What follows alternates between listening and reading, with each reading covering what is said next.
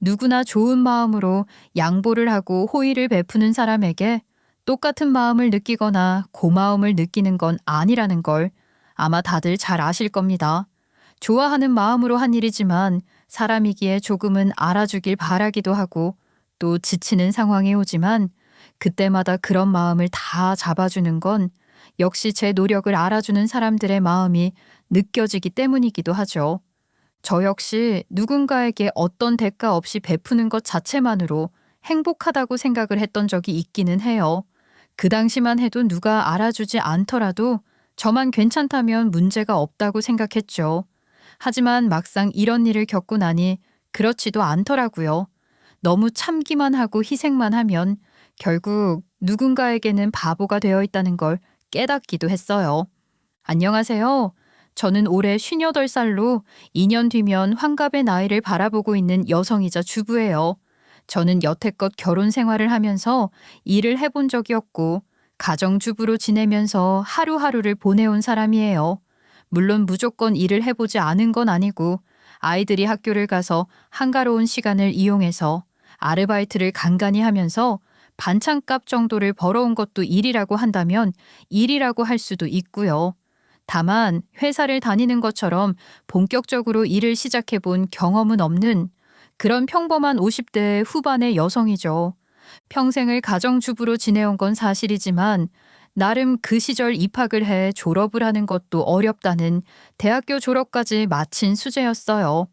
하지만 대학 졸업과 동시에 남편을 만나 결혼을 했기 때문에 전업주부로 생활을 할 수밖에 없었고요. 다만 늘 무언가를 배우고 싶어 하는 욕심이 컸고 덕분에 저는 혼자 이런저런 자격증 공부를 독학하면서 취득하기도 하고 또 배우기도 하면서 나름대로 알찬 인생을 살았다고 자부해요. 여보, 나 운전면허 공부해서 따볼까? 갑자기 운전면허? 내가 다 데려다 줄 텐데. 그래도 급한 상황에서 내가 운전할 수 있으면 더 좋잖아. 아이들 생기면 대비도 하고. 그래. 당신이 하고 싶으면 해야지. 결혼을 하고 난 후 얼마 지나지 않아 저는 운전 면허를 따고 싶었어요. 그래서 남편에게 이야기를 해 면허를 따는 것을 상의했고 워낙 저를 지지해주는 사람이었기 때문에 제가 하고 싶은 건 뭐든 다 찬성해줬어요. 덕분에 저는 면허를 한 번에 딸 수 있었기도 하고요. 여보, 나 필기는 혼자 책방에서 책 사서 한 번에 붙었다. 우와, 우리 마누라 대단한데? 한 번에 하기 쉽지 않은데, 그거. 이제 기능이랑 도로주행만 남았어. 이것도 얼른 배워서 빨리 따고 싶다. 남편의 지지와 함께 저는 곧바로 운전면허 필기 시험을 대비하는 문제집을 책방에 가서 구매했고 혼자 독학을 한 후 시험을 봤는데 거의 만점에 가까운 점수로 합격을 했어요. 그 이후에 기능과 도로 주행을 준비하는 데에는 학원의 도움을 조금 받기는 했지만 이 또한 한 번에 철썩 붙어버리는 바람에 최단 기간에 면허 취득에 성공했죠. 물론 면허증을 취득한 것과는 별개로 한 번도 운전을 직접 해본 적은 없어요. 제가 못 믿어왔는지 남편은 운전을 늘 만류했기도 하고요. 그래도 저는 나름 저 혼자 공부를 해서 무언가를 해냈다는 성취감이 너무 좋더라고요. 그 이후에는 우리나라의 역사를 배우는 한국사에 관심을 가지게 되었는데 이건 제 아이들을 직접 공부를 해 가르치고 싶다는 욕심에서 시작되었어요. 처음에는 제일 낮은 급수를 따는 것으로 만족해야지 하는 마음으로 시작했는데 하다 보니 너무 재미있었고 결국 저는 한국사 자격증마저도 독학으로 가장 높은 급수를 따냈답니다. 여보, 나 이번에 한국사 자격증 합격했어. 이것 봐, 멋있지? 이야, 당신은 정말 가만 보면 대단해. 이런 여자를 집에만 두는 건 내가 잘못인가 싶다니까. 이건 우리 애들 가르쳐주고 싶어서 딴 거야. 앞으로는 노후 대비용으로 뭔가 하나 더 공부해둬야겠어. 남편은 매번 마음을 먹고 공부만 시작했다 하면 합격을 해버리는 저를 늘 칭찬했고 대단하다고 해줬어요. 칭찬과 성취감은 고래를 춤추게 한다는 말이 딱 맞듯 저는 인정을 받고 성취를 하는 재미에 무언가 공부하는 걸 정말 좋아했어요. 아이들이 태어나고 어느 정도 커가는 시기가 오니 문득 노후 대비가 걱정스럽더라고요. 남편이 천년만년 일을 할 것도 아닌 건 당연했고요. 그래서 고민 끝에 노후 대비를 목적으로 공인중개사 시험과 요양보호사 시험을 고민하기 시작했어요. 재미있는 건 공인중개사가 더 재미있긴 한데, 나중에 경력 없이 바로 할 수 있는 건 요양보호사겠지? 현실적으로 끌리는 공부는 공인중개사였지만 아이들을 키우고 남편 내조를 해가면서 공부를 하기에는 생각보다 조금은 어려운 시험이더라고요. 또 이후에 나이가 든 시점에 일을 하려고 한다면 공인중개사보다는 오히려 요양보호사가 훨씬 더 괜찮을 것 같았기도 했고요. 그렇게 현실과 타협을 하면서 저는 본격적으로 요양보호사 자격 취득을 위한 과정을 알아보고 공부를 한 후 자격증까지 취득할 수 있었어요. 물론 이 모든 자격증들은 말 그대로 자격을 가진 증서일 뿐 실제로 제가 이 자격증을 활용해서 직접 일을 하거나 취업을 해본 적은 없었어요. 얘, 너는 정말 대단해. 나는 애들 학교 보내고 집에 있으면 힘이 들어서 뭐 하기가 싫던데, 어쩜 공부를 그렇게 했니? 아유, 나도 힘들지. 근데 이런 거라도 안 하면 뭔가 살아있다는 기분이 안 들더라고. 아무튼 넌 좋겠다, 얘. 노후 걱정 전혀 없겠어. 나중에 어떤 일이 생길지 모르니까 그때 위해 대비를 해두면 좋잖아. 나중에 아무것도 못 써먹어도 든든하다니까. 그래. 아이, 그건 그런데 굳이 요양보호사까지 따는 건 좀 너무 멀리 본 거 아니니? 친구들도 높은 학구열을 뽐내는 저를 보면 다들 혀를 내두를 정도였고 대단하다고 인정을 해줬어요. 그러는 와중에도 친구들 또한 요양보호사 자격을 딴 것에 있어서는 의아함을 감추지 못하고 묻는 경우가 많았죠. 사실 제가 요양보호사에 더 큰 관심을 가지게 된 이유는 따로 있었어요. 그건 바로 어린 시절 너무 아팠던 엄마를 위해서 제가 고사리 같은 손으로 엄마를 간병해왔던 기억 때문이기도 했거든요. 제가 국민학교 4학년이 되던 해 겨울 외할머니가 갑작스럽게 쓰러지셨고 그 당시 병원도 마땅치 않았던 상황에서 엄마는 외할머니를 혼자서 병간호를 하셨어요. 하루하루 길어지는 외할머니의 병수발을 혼자 다 들어가면서 주부로서 본분도 다 해야 했던 엄마는 결국 피곤함을 견디지 못한 채 탈진을 해 쓰러지셨어요. 그리고 저는 그런 엄마를 간호해 드린다고 고사리 같은 손으로 엄마를 최선을 다해서 보살폈어요. 엄마가 못나서 어린 딸이 이렇게 엄마 간호하게 하네. 미안해, 우리 딸. 미안해. 근데 또 엄마는 고마워. 엄마, 나는 건강하잖아. 괜찮아. 윤자야, 앞으로 살면서 네가 나서서 누구 도와주고 간병하고 그런 거 하지 마. 알았지? 왜? 엄마도 할머니 다 해드렸잖아.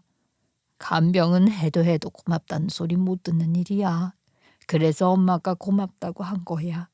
그러니까 이런 일을 우리 윤진 하지 말고 살아. 어린 마음에 엄마가 하는 이야기가 뭘 의미하는지 몰랐지만 적어도 그때 엄마가 저에게 하는 말이 머릿속 깊이 박히기는 했어요. 그래서 요양보호사라는 직업으로 병간호를 해주며 돈을 벌 수 있도록 대비를 하고 싶었고 자격증 취득까지 했던 것이기도 하고요. 그렇게 저는 요양보호사 자격증을 따기 위해 실습을 하게 된 경험이 있는데 그때 중증 환자들을 돌보면서 이런저런 일을 해보는 경험을 했어요.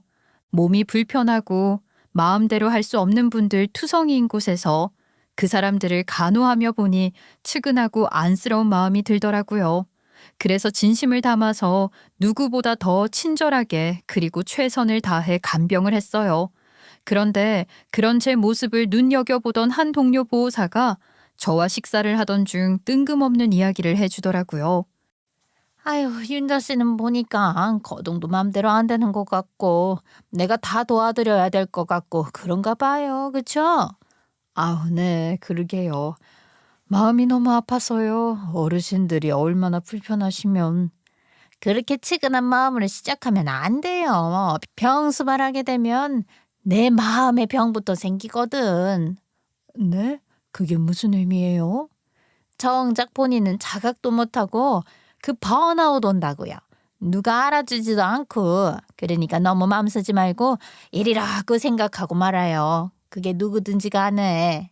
동료의 그날 이야기는 엄마가 아주 오래전 저에게 했던 이야기와 아주 비슷한 맥락이었지만 조금 더 직설적인 표현이었던 것 같았어요.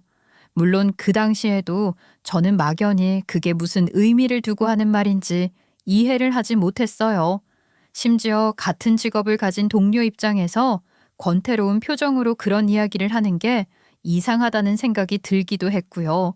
아마 제가 직접 이 일을 시작하지 않았고 자격증을 따기 위해서 실습 정도만 나와 있었기 때문에 제대로 모른다는 생각이 들어서 하는 조언 정도였거니 하고 넘기긴 했어요. 사람은 직접 경험을 해보고 느끼지 않으면 알 수가 없다는 말처럼 저 역시 그 당시에는 직접 경험을 해본 바가 없으니 전혀 이해가 되지 않았기도 하고요. 그래서 대수롭지 않게 넘기고 자격증을 취득한 후 다시 가정주부의 삶으로 돌아가서 살았던 것 같아요. 하지만 사람 일은 절대 모른다는 말이 맞듯 결국 저에게도 그 말이 무엇을 의미하는지 정말 제대로 알게 되는 일이 생기긴 하더라고요. 그리고 그 상대가 제 인생에서는 전혀 생각해 본 적 없는 그런 사람으로 인해 생기게 될 것이라고는 상상도 하지 못했기도 하고요. 하지만 이런저런 사건, 사고는 제가 결혼을 하기 전부터 이미 저에게 다가오고 있었더라고요. 이렇게 이야기를 하면 다들 시어머니와의 갈등이라고 생각을 하겠지만 놀랍게도 그 상대는 시어머니도 남편도 아닌 예비 형님이었어요. 대학을 졸업하고 아주 앳된 나이에 남편을 만나 연애를 했고 그렇게 결혼까지 곧바로 이어졌어요.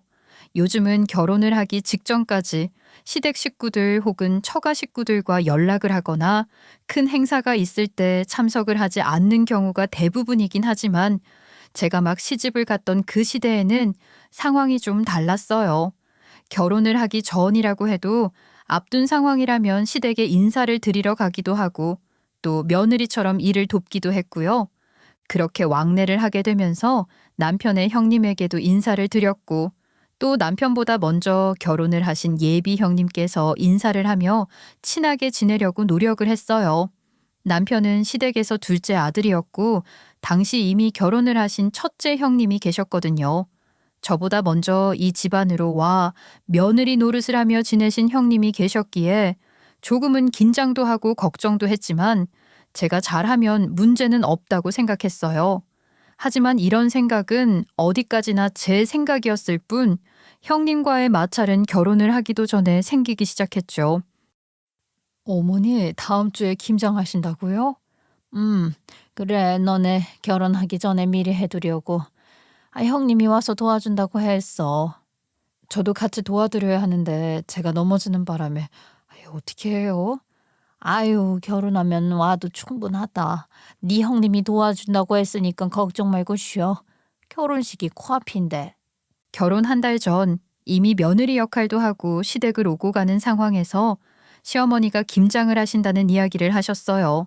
그 당시 저는 빙판길을 걷다가 발을 헛디뎌 발목이 안 좋은 상태였고 도와드리지 못해 죄송한 마음으로 이야기를 했는데 형님과 함께하면 되지 별 걱정하지 말라고 하셨고요. 저 역시 그런 줄 알고 다음 해부터는 같이 김장을 해야겠다고 생각하고 있었어요. 그런데 엎친 데 덮친 격으로 형님의 회사에 갑자기 문제가 생겼고 그날 무조건 출장을 가야 하는 상황이 생겼다고 하더라고요.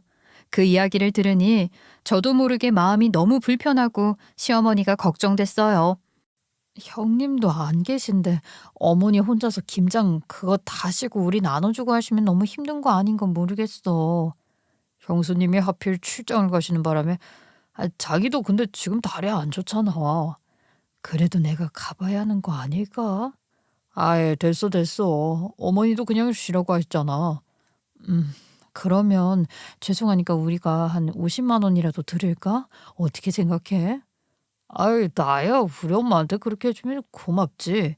역시 막내 며느리밖에 없다. 그치?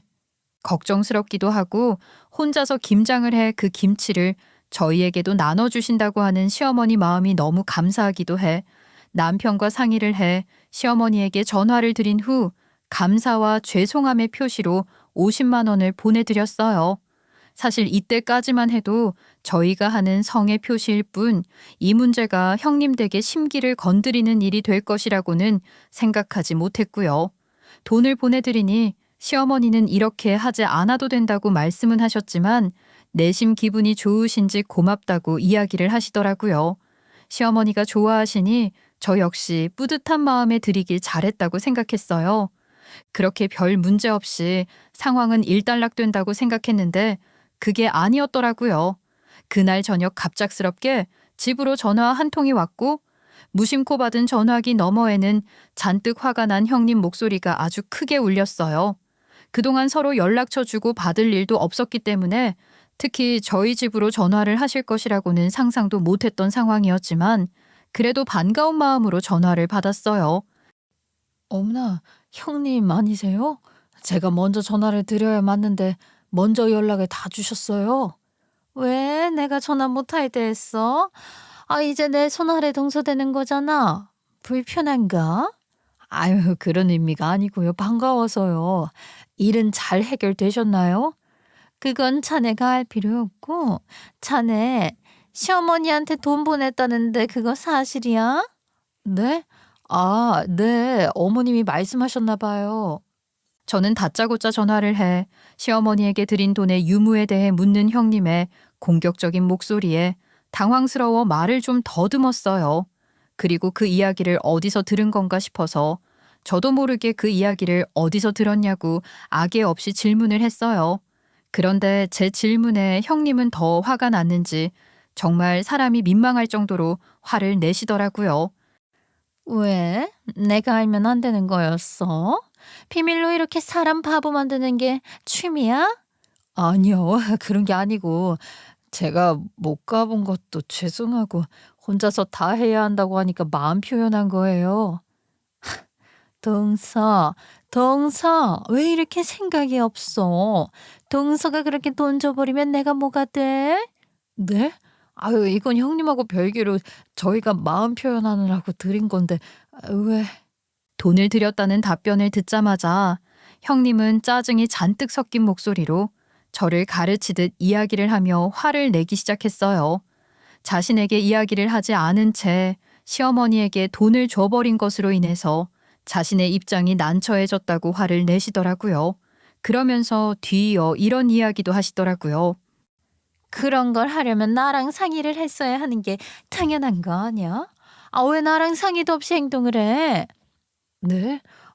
이거는 정말 그냥 저희 부부가 결정해서 드린 거라 상의를 해야 한다고 생각도 못 했어요. 지금 들어오면서 예품이라도 받고 싶다는 거야? 그래서 뭐 돈으로 유세했던 거야? 형님은 제 답변이 마음에 들지 않았는지 돈으로 유세를 떨었다는 이야기까지 하면서 화를 내셨어요. 처음에는 당황스러움과 화를 내는 형님 목소리에 눌려 묻는 말에 순순히 답을 해주며 이야기를 했는데 시간이 지나면 지날수록 도를 넘으며 선 넘는 이야기를 하는 형님의 말에 저도 참을 수가 없겠더라고요. 아유, 저 그런 의미 없이 드린 건데 불쾌했다면 죄송해요.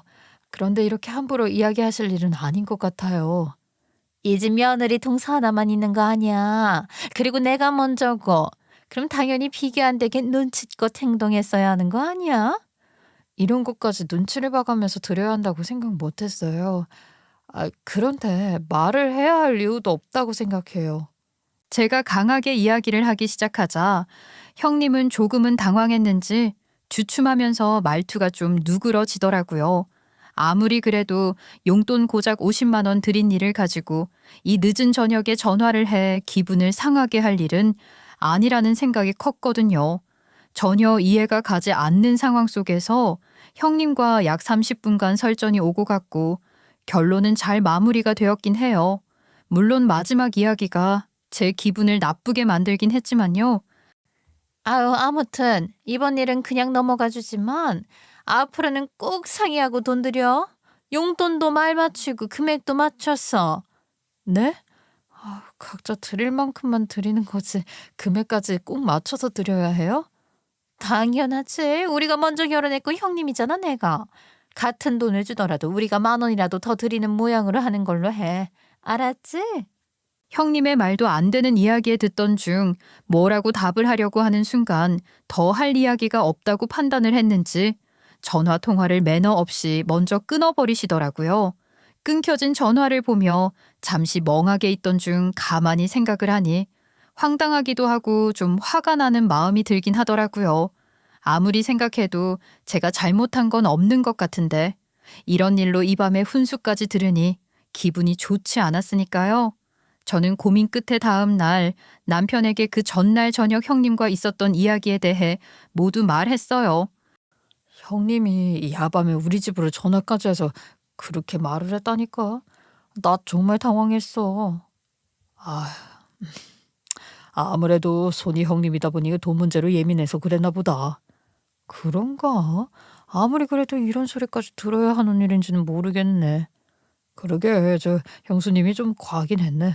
그래도 우리도 생각을 좀 못한 부분이 있으니까 그냥 넘어가자. 또 안 그러시겠지. 남편도 처음에는 그 상황들에 대해 모두 듣더니 당황스러운 마음에 어떤 이야기도 못하고 제가 하는 말을 다 들어주더라고요. 제가 워낙 화를 잘 내는 성격이 아니기도 하고 화가 난다고 한들 형님처럼 직접적 표현을 써가며 표현을 하는 사람이 아니었던 탓에 담담하게 이야기를 했기 때문에 더 그렇게 느껴졌을지도 몰랐을 것 같기도 해요. 하지만 남편이라고 별다른 뾰족한 수가 없었고 저희 불찰도 있다는 생각을 하며 이번 일은 잘 넘기기로 했어요. 그렇게 썩 즐겁기만 한 건 아닌 결혼 생활은 시작되었고 그 해 첫 해 운명의 장난처럼 시어머니에게 큰 문제가 생겼어요.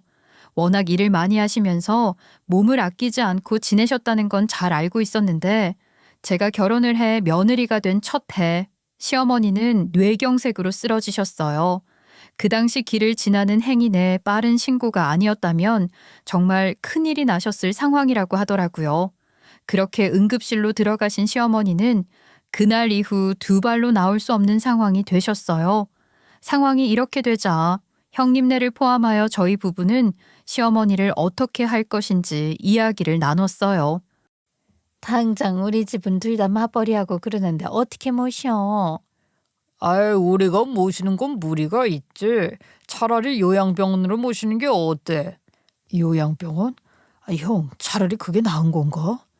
저 어머니 상태도 나쁘고 그런데 그럼 그냥 저희 집으로 모셔서 제가 병간호하는 게 어떨까요? 당신이? 아이고, 그래주면 나는 너무 고맙지. 그래, 자네는 집에서 놀잖아. 노는이 염불한다고 자네가 보면 되겠네. 요양병원으로 모시는 일을 잠깐 고민하긴 했지만 제가 시어머니를 모시겠다는 말에 모두 다 동의를 하면서 시어머니 병 간호를 맡게 되었어요. 시어머니를 간호하기로 한 결정에 대해 엄마에게 이야기를 했는데 그 이야기를 들은 엄마는 그 어느 때보다 화를 내면서 극구 반대를 하시더라고요. 아이고, 그거를 왜 자식도 아닌 네가 해. 해도 니네 형님이 해야지. 형님 일한다고 하잖아. 아유, 엄마 나는 주부니까 괜찮아. 네가 고생하고 온 가족이 편하면 된다고 생각하지? 그리고 네 고생 알아줄 것 같지? 절대 아니야. 결국 부서지는 건 너 하나라고. 아유, 모르겠다. 절대 하지 마. 엄마는 워낙 예전부터 제가 병 간호하고 희생하는 걸 싫어하셨던 분이었기 때문에 당연히 반대를 할 것이라고 생각했어요. 그리고 무엇보다 제가 결정을 한 일인데 엄마가 반대를 한다고 한들 의미가 없다고 생각을 했기에 엄마의 말을 끝내 거스르고 저는 시어머니와 시간을 보내며 병간호를 해드리는 일상을 시작했죠.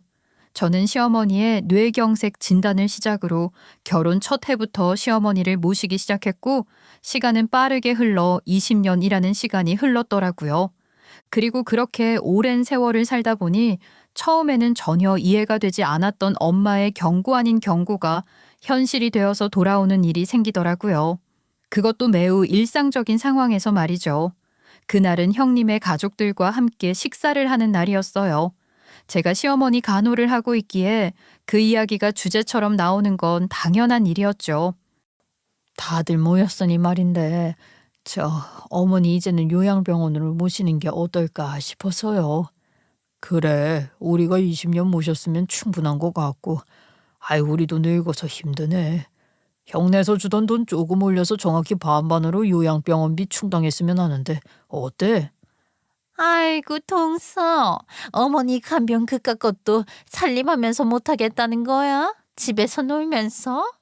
처음에는 시어머니 요양병원 문제에 대해서 이야기를 나누려고 꺼낸 화두였는데 저희의 제안을 듣자마자 형님은 어이가 없다는 듯 남편의 말을 가로막은 채 막말을 하기 시작하더라고요. 그 이야기를 들으니 20년 전 아무것도 모르던 새댁도 아닌 제가 듣기 거북했고 화가 나는 마음에 하고 싶은 말을 했어요. 형님, 그렇게 함부로 말하지 마세요. 20년간 어머니 똥기저귀 가는 일이 쉬운 일이 아니에요. 형님은 한 번도 안 해보셨잖아요. 그야 나는 요즘 말로 워킹맘이었잖아. 그리고 요즘 뉴스 못 봤어? 거기 노인 학대 난리야 난리. 아유 안 돼. 그리고 돈도 그렇게 못 줘. 형수님, 저희도 더는 모시기 힘들어요. 전 그러면 이제부터 형네가 모셔. 형님과의 설전이 오가는 모습을 지켜보던 남편은 제 편을 들며 이야기를 하다가 형님 내에서 시어머니를 모시라는 식의 이야기를 건넸고 그 말이 화두가 되었는지 형님 내외는 동시에 화를 내면서 펄쩍 뛰더라고요. 뭐? 아이 말도 안 되는 소리 하지 마라. 똥 좀 받는 일도 해온 놈이 하는 거지 이제 와서 무슨. 그래 하던 김에 계속 하라니까 그깟 거 뭐가 그렇게 힘들다고 이 난리야? 뭐? 하던 놈이 해? 뭐가 힘들다고 난리냐고요? 지금 말이라고 하시는 거예요, 형수님? 됐고 우리 집으로 보내기만 해. 애초에 가슴 아파서 모신 거는 너네 아니야. 아이 그러니까 동서 노예근성 있는 사람이 집에 들어와서 좀 편하다 했더니 그 짓도 20년쯤 하니까 눈치를 채나 보네. 아이 참나. 그저 화가 나는 마음에 형님 댁으로 시어머니를 데리고 가라는 말만 했을 뿐인데 그 말로 인해 급발진을 하더니 해서는 안 될 선 넘는 말들을 내뱉고는 식사도 다 끝나지 않은 상태에서 자리를 박차고 나가버리더라고요. 그동안 제가 이런 취급이나 받자고 나서서 시어머니 병간호를 하고 이 고생을 했나 싶은 생각이 들었어요. 형님 부부의 말도 안 되는 이야기를 듣고 나니 그제서야 엄마가 저에게 했던 경고가 머릿속에 떠오르면서 어떤 것 하나도 틀린 이야기가 없었구나를 깨닫게 되었어요. 제가 자진해서 좋은 마음으로 시어머니를 병간호를 했고 다른 사람들이 저로 인해 편해지고 제가 희생을 한다고 한들 누구 하나 알아주는 사람은 없다는 걸 아주 제대로 느끼게 됐거든요. 형님네는 그동안 제가 한 고생의 발끝도 앓지 못하면서 고작 반찬 값도 안 되는 돈을 지원하며 온갖 생색이란 생색은 다 내는 상황이었기도 해요. 그 돈에서 조금 더 보태 요양병원으로 보내자고 하니 길길이 날뛰며 반대를 하는 모습을 보니 그동안 제가 너무 바보같이 살았구나 싶은 생각이 들었어요. 그 길로 전화기를 들고 형님에게 전화를 걸었어요. 아유, 형님, 그날 그렇게 가시고 저한테 사과도 안 하세요? 내가 못할 소리 한 것도 아니고 사과까지 해야 돼? 왜 전화해서 빨리 말해나 바빠. 그날 답변 안 하고 가셔서 전화드렸어요. 어머니 요양병원 문제요. 답변을 주셔야지요. 아유씨 그 문제는. 형님은 똑같은 요양병원 문제에 대해 이야기를 꺼내는 저에게 짜증이 난 듯 화를 내며 이야기를 하시려다가 평소와 달리 냉정한 목소리로 이야기를 하는 저의 분위기를 느끼신 것 같더라고요. 상황 파악은 워낙 빠른 사람이기 때문에 제가 그냥 전화를 했을 리는 없다는 판단이 서신 것이겠죠. 잠시 말이 막힌 듯 멈추더니 이내 숨을 고르고 다시 이야기를 시작하시더라고요. 왜 자꾸 끝난 얘기를 반복해? 전화까지 해가면서 마이키 못 알아들어? 평생 집에서 병서발 말고는 한 게 없으니 아닌 것도 없어가지고 아유 진짜. 형님의 또 한 번의 막말을 듣고 난 후 저는 더는 참을 수 없겠더라고요. 그리고 무엇보다 말만 하면 상대방을 깎아내리고 선을 넘는 발언을 하는 형님과의 대화는 어차피 오랜 시간 이야기를 해봐야 통하지 않을 것 같다는 생각이 들기도 했고요. 그래서 똑같은 사람이 되고 싶지 않은 마음에 제가 하고 싶은 이야기만 정리를 하면서 질문을 했어요. 그럼 형님은 끝끝내 돈을 반반으로 나눠서 어머니 요양병원에 편하게 모시는 거 반대하시는 거예요? 아이 그래 몇 번을 얘기를 해 진짜. 결혼 전부터 내 마음에 드는 구석 하나 없더니 20년이 지난 지금도 똑같이 안 해 진짜. 하나 있는 동서라는 게 정말 아우 전화 끊어. 그래요? 그럼 저도 더는 희생 안 해요. 그러니까 형님도 후회하지 마세요. 형님은 제 물음에 짜증스러운 듯 소리를 지르며 화를 낸 후 전화를 끊어버리셨고 저는 끊어진 전화에 대고 마지막 이야기를 했어요. 저 또한 더는 희생하지 않고 양보하지 않는다는 말을요. 분명 형님에게 직접 하고 싶었던 이야기였지만 형님이 들으려고 하지 않았으니 어쩔 수 없기도 했고요. 그리고 저는 천천히 제대로 된 복수를 하기 위한 준비를 했어요. 그렇게 다음 날 아침 전날 밤을 새가며 열심히 싸둔 시어머니의 짐을 당일 퀵 배송으로 모두 다 형님네 집 앞으로 도착하도록 보냈어요. 물론 연락처를 받는 사람 역시 형님 번호를 적어두었고요. 아마 아침부터 퀵 배송이 도착했다는 전화를 받으며 일어났겠죠. 그리고 전날 시어머니와 이야기를 나누고 합의를 한 대로 저는 시어머니를 모시고 형님네 집 앞으로 갔어요. 도착하자마자 시어머니는 형님네 집 앞 초인종을 누르라고 부탁했고 저는 시어머니의 말씀대로 형님네 집 초인종을 눌렀어요. 아침부터 누구세요? 퀵 시킨 적 없다니까요. 형님, 저예요. 그 퀵도 제가 보낸 건데 받으셨어요? 뭐? 동서가 보낸 거라고? 이게 다 무슨 일이야? 형님은 제 목소리를 듣자마자 황당하다는 듯 밖으로 나왔고 아주버님도 형님을 따라 함께 나오시더라고요. 그리고 나오자마자 형님 내외를 놀라게 하는 광경이 형님네 집 앞에 펼쳐졌어요. 산처럼 쌓인 시어머니의 짐과 휠체어를 타고 노쇠한 몸으로 힘들게 서서 형님 내외를 맞이하는 모습을 발견하고는 어떻게 해야 할지 몰라 당황하다가 저를 끌어당기더니 조용히 이야기하더라고요. 혹시라도 시어머니가 듣게 되는 게 두려웠겠죠. 동서, 지금 나랑 장난해? 미쳤어? 내가 싫다고 했지? 시어머니까지 모시고 여기로 오면 어쩌자는 거야 진짜. 제가 마지막에 드린 말씀은 기억 안 나세요? 후회하지 말라고 했잖아요. 뭐야? 아이 지금 그딴 걸 말이라고 해? 형님은 감정 주체가 안 되는지 제 말에 자신도 모르게 목소리가 높여졌고 그 목소리를 듣게 된 시어머니는 낮지만 꽤 강직한 목소리를 이야기를 하셨어요. 둘째하고 말할 필요 없다. 내가 여기 오자고 해서 내 발로 온 거야. 네?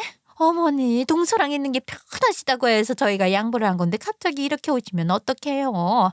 준비도 안 됐는데요. 그래. 네가 양보한 게 아쉬워 보여서 내가 오자고 했다고. 이번엔 큰아들 내외 병간호 좀 받아보고 싶었어. 왜? 문제 있냐?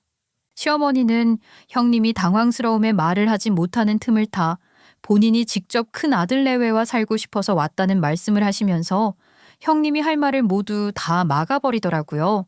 시어머니가 그런 이야기를 하자 형님 또한 할 말이 없는지 당황스러운 웃음을 보이면서 어찌할 바를 모르셨고요. 그 모습을 보며 시어머니는 이야기를 이어서 하셨어요. 그동안 20년 동안 거동도 못하고 누워만 있는 나를 이만큼 사람답게 만들어줬으면 둘째도 할 만큼 했다. 이제 너네도 자식돌이 해야지. 지금부터는 너네랑 살련다. 살아보고 내가 죽고 그 집 너네한테 남길지 말지 결정할 거야. 내가 이래봬도 아직 안 죽었거든. 시어머니의 말을 들은 형님과 아주버님은 어떤 대답도 하지 못하고 그저 듣기만 하더라고요. 그리고 시어머니의 마지막 말인 상속 관련한 이야기를 듣자마자 아주버님은 눈빛을 바꾸면서 빠르게 태도를 바꾸고 시어머니의 휠체어를 잡으면서 집으로 들어가며 이야기했어요. 아이, 그럼요, 어머니. 제가 큰아들인데 당연히 모셔야죠. 들어가세요. 하지만 형님의 의견은 조금 달랐는지 아주버님이 하는 말과 전혀 다른 맥락으로 급하게 이야기를 하면서 길을 막더라고요. 아우, 제가 큰 며느리잖아요. 당연히 모셔야 되는 건 맞는데. 근데 지금 당장은 좀 힘들어요. 회사도 가야 하고 애들도 있고. 그래서 말인데 일단은 요양원에서 지내시면 저희가 요양원? 갑자기 요양원 얘기를 하는구나. 듣기로는 너네 내외가 요양원은 절대 안 된다고 했다면서. 나도 그렇다. 그냥 너네 집에서 살련다. 아이 들어가자. 결국 형님은 자신이 시어머니를 돌보지 않고자 하는 마음과 시어머니 요양병원에 비용을 지출하기 싫은 마음에 요양병원도 함부로 보내지 못하게 했던 발언으로 인해서 본인이 발목을 잡히게 된 상황이었어요. 이미 그 의사를 시어머니에게 제가 잘 이야기를 해둔 상태이기 때문에 시어머니 역시 요양병원으로는 가고 싶지 않다고 하셨거든요. 내가 자식이 없는 것도 아니고 아직은 요양병원에 들어가서 살 이유가 없지. 작은 아들이랑 살아봤으니 이제 큰 아들이랑 살아보자꾸나. 아, 왜 싫은 게냐? 아니요. 어머니, 제가 왜 싫겠어요. 어머니가 저희랑 지내시는 건데요. 네, 일단 들어가셔요. 날이 너무 차가우니까. 형님은 결국 시어머니의 이야기를 듣고 어떤 말도 하진 못했고 직접 오셔서 형님 내외와 지내고 싶다고 이야기를 하시는 시어머니의 마음을 돌리는데 성공하지 못했어요. 그렇게 형님은 울며 겨자 먹기 식으로 시어머니를 본격적으로 모시게 된 것이지요. 이런 결말이야말로 저에게는 정말 통쾌한 복수였어요. 한 번도 모셔본 적 없고 병수발을 해본 적 없는 형님이 드디어 역지사지의 기분을 그대로 느끼시게 될 것이니까요. 시어머니를 모시게 된 첫날, 형님은 저에게 전화를 해 이 상황들에 대해 화를 내며 다시 데려가 줄 것을 요청했어요. 그리고 오랜만에 집안에 고요하게 저 혼자 소파에 앉아 TV를 보고 책을 읽게 될 수 있는 이 기분을 만끽하고 싶어 형님과의 대화를 빨리 마무리하고 싶었고요. 물론 그동안 제가 했던 고생을 한번 그대로 당해보면서 깨닫길 바라는 마음도 있었고요. 동서, 정말 모시고 오면 어떻게 해? 나는 간병도 안 해봤잖아. 동서가 잘 말씀드려서 얼른 다시 데리고 가. 어? 어머니 고집 저는 못 꺾어요. 그리고 저한테 그러셨잖아요. 고작 시어머니 모시는 게 어렵냐고요. 형님, 어려우세요? 진짜로? 동서랑 나랑 같아? 같냐고? 나는 일도 다녀야 하는데 어떻게 하라는 거야? 병수발 그깟 거 별거 아니니까 회사 다니시면서도 가능하시죠 뭐. 아이 그러면 수고하세요. 저한테 말을 함부로 하며 병수발이 별것 아닌 것처럼 무시를 했던 형님이니 어디 한번 제대로 당해보라는 마음으로 놀리듯 이야기를 마무리하며 전화를 끊었어요. 그리고 형님에게도 드디어 그동안 편하게 살았구나를 느낄 수 있을 만큼의 지옥길이 열리게 되었고요. 우리 옛선조들은 똑똑한 것 같아요. 이렇게 현대에 와서도 적용이 가능한 좋은 말들을 많이 만들어 놓으니까요. 백문이불여일견이라는 말처럼 형님도 막상 직접 시어머니 병수발을 하며 경험을 해보니 지옥도 이런 지옥이 없다는 걸 몸소 깨달았을 거예요. 시어머니는 매일 새벽 대소변을 보시는 습관이 있으셔서 매번 잠을 자다가도 일어나서 처리를 해드려야 했거든요. 이런 부분들까지 세세하게 이야기를 하지 않았던 건 제 수고로움을 인정해 줄 것이라고 믿었기 때문이었지만 결국 형님이 직접 이런 일까지 해야 하는 상황이 온 거죠. 그리고 그럴 때마다 형님은 저에게 전화를 해 이런저런 이야기를 하며 짜증 섞인 항의를 했어요. 아이 동서, 어머니 새벽 3시마다 대소변 보시는 거 왜 말 안 했어? 나 출근도 해야 하는데 잠도 못 자고 아주 죽을 맛이잖아. 아우, 딴 방법 없어? 아, 제가 말씀을 안 드렸던가요? 어머니 꼭 새벽 3시만 되면 대소변 보세요. 저는 그거 20년을 했는데 형님은 고작 몇 달 한 거 가지고 힘드세요? 아이 진짜로 나는 회사도 다니잖아. 이런 걸 나더러 어떻게 하라는 거야? 정 그러시면 시어머니에게 직접 말씀을 드리세요. 아, 왜 자꾸 저한테 화를 내세요? 몸은 뇌경색 진단 후 회복을 했다고 하더라도 거동이 쉽지 않았던 시어머니지만 그래도 정신은 말짱하신 탓에 형님은 아무리 힘든 상황이라고 하더라도 시어머니에게 어떤 불만도 표시하지 못한다는 걸 잘 알고 있었어요. 시어머니에게는 상속을 받아야 할 재산이 있었고 그 재산을 제대로 받기 위해서는 형님도 아주버님도 시어머니의 비위를 맞춰야 하는 상황이기도 했거든요. 저는 그 마음을 너무 잘 알고 있던 나머지 형님을 놀리듯 불만이라면 시어머니에게 이야기를 하라는 식으로 말씀을 드리고 늘 전화를 끊었어요. 하지만 그 이후에도 형님의 전화는 함께 가족으로 지낸 20년보다 훨씬 더 자주 연락을 해왔어요. 어머니, 왜 이렇게 예민하신 거야? 추우면 춥다고 해서 온도 올리면 덥다고 하시고, 배고프다고 해서 음식 만들어 오라고 하시고는 맛없다고 안 드시고, 동선아 정말로 미치겠어, 정말. 어머니랑 잘 상의하셔서 맞춰 나가셔야죠, 형님.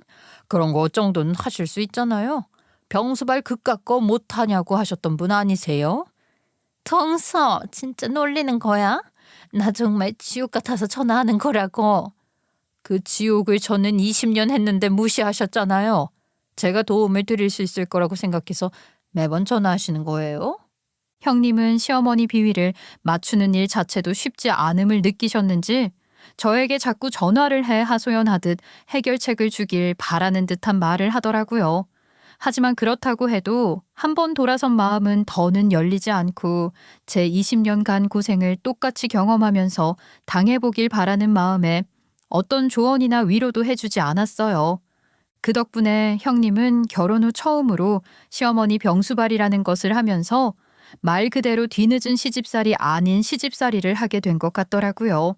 아마 모르긴 몰라도 저한테 말했던 그깟 병수발이라는 말을 한 것 자체를 후회하게 될 정도로 제대로 된 병수발을 경험하게 되었을 것이기도 하고요. 웬만한 의지와 희생으로는 할 수 없다는 일인 것도 깨달았을 것이고요. 내가 평생 시집살이 같은 건 해보지도 않았는데 나이 60이 넘어서 병수발 들다가 내가 골병 났게 생겼어.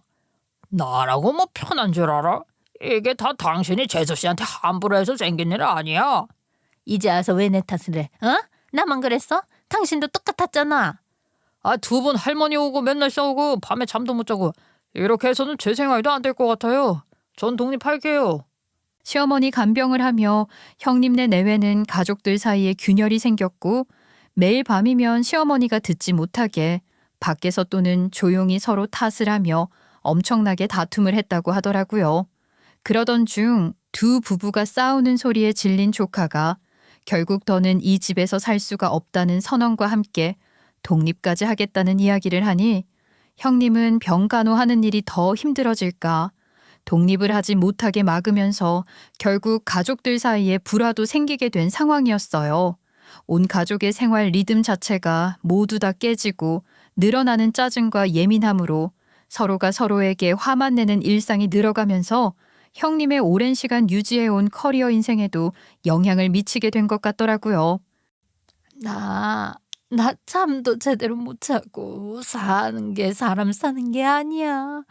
회사에 맨날 지각하고 조퇴 뻔질나게 하고 이러다가 회사도 잘리게 생겼어.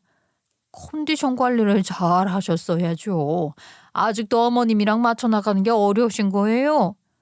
그게 아니라 오늘은 내가 할 말이 있어서 연락했어, 동서.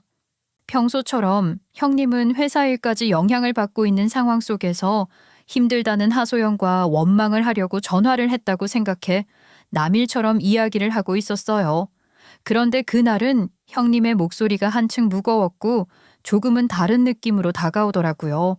적당하게 통화를 하고 마무리를 하려고 하던 찰나 형님은 잠시 뜸을 들이더니 할 말이 있어 전화를 했다고 말씀을 하시더라고요. 저에게 하실 말씀이요? 그동안 다 하셨던 것 같은데 또 하실 말씀이 남았나요? 동서, 그게 그래. 내가 잘못했어. 나 더는 못하겠어. 제발 다시 모셔주면 안 될까? 네, 이제 와서요? 해보니 어떠세요? 그깟 병수발이던가요? 아니, 정말 너무 힘들더라. 동서가 대단할 정도야. 그러니까 동서가 다시 한번. 그렇게 힘든 걸 왜 저한테 다시 넘기려고 하세요? 이러다 가족들 다 싸우고 파탄나게 생겨서 그래. 동서가 힘들면 이제라도 요양병원 보내는 거 그거 생각해보면 안 돼? 형님은 저에게 사과를 하며 너무 힘들어더는 병간호하는 일을 할 수가 없다고 말씀하시더라고요. 그러면서 은근히 제가 다시 시어머니를 모셔주길 바라는 뉘앙스로 말을 했죠. 하지만 저 역시 할 만큼 했다고 생각을 했기 때문에 시어머니를 다시 저희 집으로 모시는 건 원하지 않았어요. 형님의 말을 거절하려고 하자 형님은 마지막 지푸라기라도 잡는 심정인지 저에게 요양병원으로 다시 보내는 건 어떻겠냐는 제안을 하시더라고요. 아유, 왜 이러세요? 전 그때 이미 요양병원 상담도 예약해두려고 준비 다 했었어요. 근데 형님이 싫다고 안 된다고 하셨잖아요. 아니 그때는 그때고 이제는 절대로 아니야. 마음이 완전히 바뀌었어. 제발 나 좀 살려주는 셈 치고 생각해보면 안 돼? 어? 내가 다 잘못했어. 그러게 제가 직접 느껴보지 않으면 모른다고 했잖아요. 고작 그런 걸로 유세 부리지 말라던 분이 하실 이야기 아니신 것 같은데요. 아니 나 이제 마음 완전히 바뀌었어. 진짜 미안하고 미안해. 응? 혹시라도 대화 끝에 제가 요양병원으로 보내는 일도 동의를 하지 않을까 걱정이 됐는지 대화를 하는 내내 평생 들어보지도 못한 미안하다는 소리를 정말 몇 번이나 들었어요. 그리고는 자신들이 잘못을 했고 사과를 하는 의미로 아주 파격적인 제안을 해오시더라고요. 일단은 미안함의 의미로 요양병원비 우리가 부담할게. 그러니까 제발 어머님 좀 설득해주면 안 돼? 어머니 동서 말이라면 다 듣잖아. 이번에는 딴소리 하시는 거 아니시죠? 마음 같아서는 제가 고생한 만큼만 딱 더 고생하라고 하고 싶은데 말이에요. 동서 나 나이가 60이 넘었어. 젊었을 때 동서가 한 고생이랑 비슷하게 했다고. 그러니까 제발 부탁해. 응? 미안해 제발. 형님이 안쓰러운 게 아니라 어머니가 안쓰러워서 이야기해보는 거예요. 그렇게 하세요. 시어머니 병수발에 두 손 두 발을 다 든 형님은 저에게 시어머니의 마음을 돌려줄 것을 간곡히 부탁했고 형님도 형님이지만 그 집에서 제대로 된 케어를 받지 못하고 있을 시어머니가 걱정스러운 마음에 저도 못 이기는 척 요양병원을 알아보기로 했어요. 사실 순간적으로 다시 시어머니를 저희 집으로 데려올까 하는 마음을 먹고 시어머니와 대화를 해봤는데 시어머니 대답은 의외였어요. 어머님, 형님은 직장 생활도 하고 어머니 케어가 너무 어려울 것 같은데 어떻게 다시 저희 집으로 오시는 거 어때요? 됐다. 내가 무슨 염치로 다시 너네 집에 가냐. 너도 결혼하자마자 내 수발도 들고 이 나이까지 살았는데 너도 네 인생 살아야지. 아유, 어머님, 저는 정말 괜찮은데 어떻게 진짜로 정말 싫으신 거예요? 그래, 차라리 요양병원으로 가자. 거기 있으면은 다 뭐 케어해주고 그런다잖냐. 아유, 그렇긴 한데 그러면 제가 어머님 못 보고 좀 걱정스러울까 봐요. 아유, 왜 못 봐? 자주 와. 너 안 오려고 했어? 네? 아유, 그거는 절대 아니죠. 저 고생한 거 알아주시는 유일한 어머니를 제가 왜 안 봐요? 걱정 마세요. 결국 시어머니는 제 제안을 거절하시고 요양병원으로 가시기로 결정했어요. 그리고 약속대로 형님 내외는 시어머니 요양병원 비용을 모두 다 책임지고 부담했고요.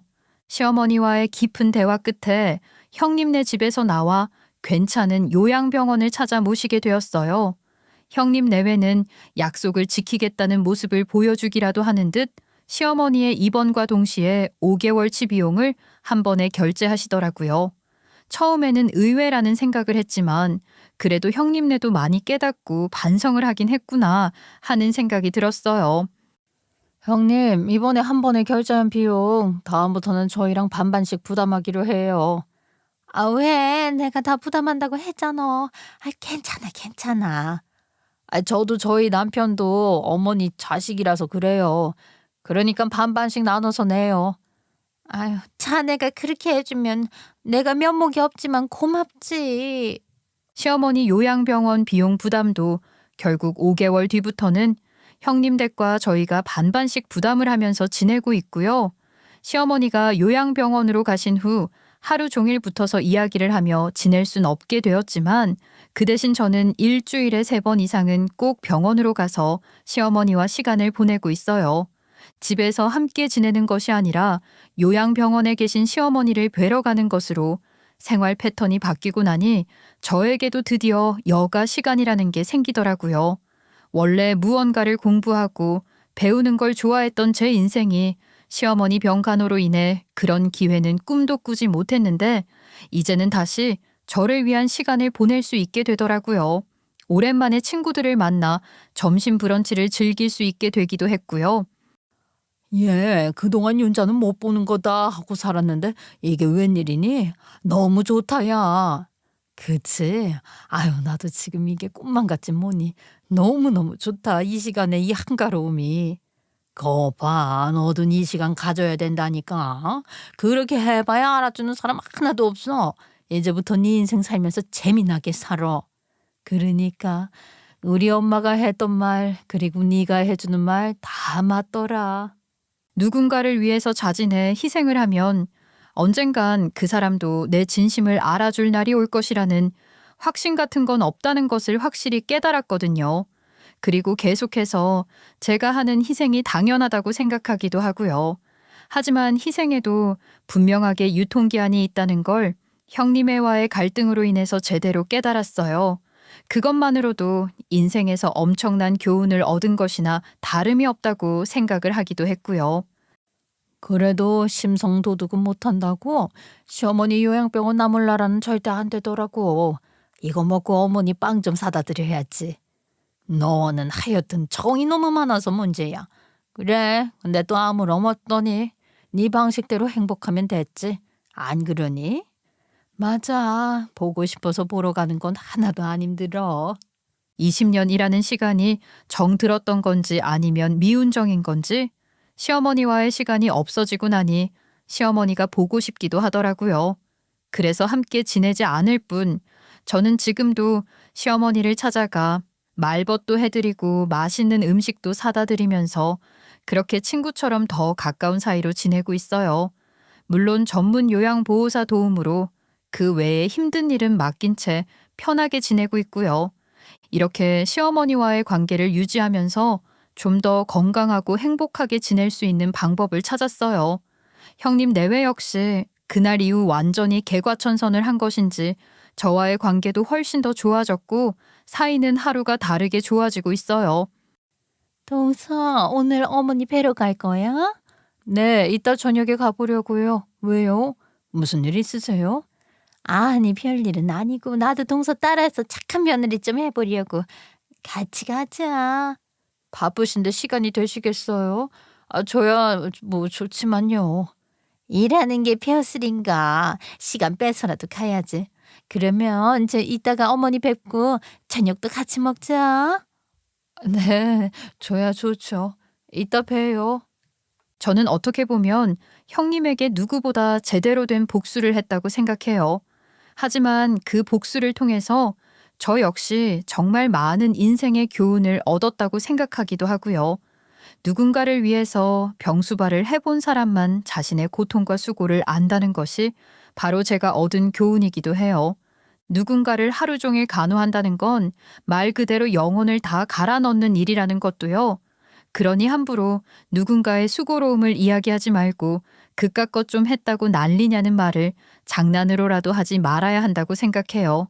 정말 그렇게 생각하신다면 직접 그깟 것 해보고 말을 해봤으면 하고요. 마치 저희 형님처럼요. 제 이야기를 들어주셔서 감사해요.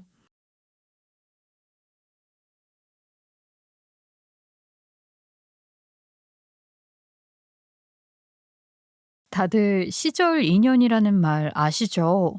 아마 인생을 살다 보면 그 시기에 관심사 그리고 하는 일에 따라서 만나는 사람도 가까이 지내게 되는 사람들도 달라진다는 걸 경험해 보셨을 것 같아요. 그리고 그런 인연 중 끝까지 나를 생각해주고 나와 인연을 이어나가는 사람은 생각보다 없다는 것도요. 그렇기에 인생을 살면서 단 한 명의 친구만이 남아도 성공한 인생이라는 말이 있을 정도죠. 물론 저 역시 그리 성공한 인생은 아닐 수 있겠네요. 이 기준으로 본다면 말이죠. 하지만 오히려 그런 인연 덕분에 제대로 된 사람들만 남길 수 있었던 계기가 된 것 같기도 해요. 제 이야기 한번 들어보실래요? 안녕하세요. 저는 올해 부록 40살이 되어 중년 계열에 합류를 한 여성이에요. 결혼을 한 지는 이제 막 5년 정도가 지났고요. 요즘은 다들 결혼을 늦게 하는 추세라고 하지만 제가 결혼을 할 당시만 해도 제 나이가 그리 적진 않았긴 해요. 그러니 벌써 중년이라는 나이에 접어든 건 아닐까 싶기도 하고요. 앞서 친구에 대한 이야기 그리고 시절 인연에 대한 이야기를 했는데요. 저에게도 어린 시절부터 정말 단짝이라고 해도 과언이 아닌 친구가 있었어요. 제 학창 시절을 통틀어 생각해 볼 때 그 친구에 대한 이야기를 빼놓고는 도무지 떠올리기 어려울 정도이니 말다했죠. 그 친구와 제가 처음 만나게 된 건 초등학교를 졸업하고 난 후 중학생이 된 1학년 때 일이었어요. 입학을 하며 우연하게 친구와 같은 반이 되었고 그곳에서 처음 만나 저에게 깊은 인상을 남기며 친한 친구가 되었죠. 그 당시 저는 소심하고 내성적인 성격과 반대로 생김새가 매우 강했어요. 오히려 강한 인상 덕에 여린 마음을 숨기면서 친구들이 다가오기 어려운 것 같기도 했고요. 그래서인지 몰라도 초등학교 졸업과 동시에 새롭게 입학을 해 전혀 새로운 친구들을 만나게 된 중학교에서는 소위 일진, 그러니까 노는 아이들에게 늘 타겟이 되었어요. 덕분에 저는 입학 첫날부터 친구들이 저에게 다가오지 않는 경험을 해야 했죠. 야, 너 어디 학교에서 왔어? 눈을 왜 그렇게 떠? 응? 나는 호윤초등학교에서. 근데 일부러 그렇게 뜬 건 아닌데. 네가 먼저 째려봤잖아. 우리한테 불만 있어서 그런 거 아니야? 아니야, 나 그냥 쳐다만 보고 있었는데 오해야, 오해. 너 별로 마음에 안 든다. 나 앞으로 조심해라. 그저 친구도 없이 가만히 자리에 앉아 있었던 저에게 일진 친구들은 다가와 눈을 뜨고 쳐다보는 것이 기분 나쁘다고 이야기를 하면서 시비를 걸었고요. 당황스러웠던 저는 오해라는 이야기를 하며 상황을 모면하려고 했죠. 하지만 이미 좋지 않은 이미지가 박혀버린 탓에 그날부터 그 친구들은 저를 계속해 별로 좋아하지 않았고 그걸 본 다른 친구들 역시 저에게 다가오질 않는 겁니다. 본인들에게도 무지막지한 노는 친구들의 불똥이 튀어서 괴롭힘을 당하기 싫었던 것이니 이해는 해요. 하지만 서운하고 외롭긴 했죠. 그 누구도 저에게 인사도 하지 않고 아는 척도 하지 않았어요. 그 덕분에 저는 전혀 생각해보지 못했던 학교 생활을 하게 되었고 대놓고 왕따를 당하는 것도 아니지만 그렇다고 함께 어울리지도 못하는 소위 은근한 따돌림 속에 학교 생활을 하게 됐죠. 은근히 저와 노는 걸 기피하는 친구들로 인해서 저는 급식 시간에도 밥을 혼자 먹어야 했어요.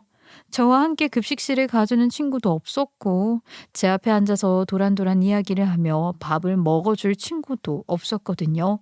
그럼에도 저는 기죽지 않으려 오히려 더 아무렇지도 않게 학교 생활을 했고요. 오히려 더 당당하게 밥도 먹고 그랬어요. 그런 생활을 하던 때 저를 먼저 알아봐주고 아는 척을 하면서 함께 처음으로 밥을 먹어준 친구가 있었는데요. 바로 이 친구였어요. 모든 친구들이 저를 기피함에도 불구하고 그런 것 어떤 것도 신경 쓰지 않고 식판을 들고 와 제 앞에 앉으며 말을 걸었거든요. 여기 자리 비었네?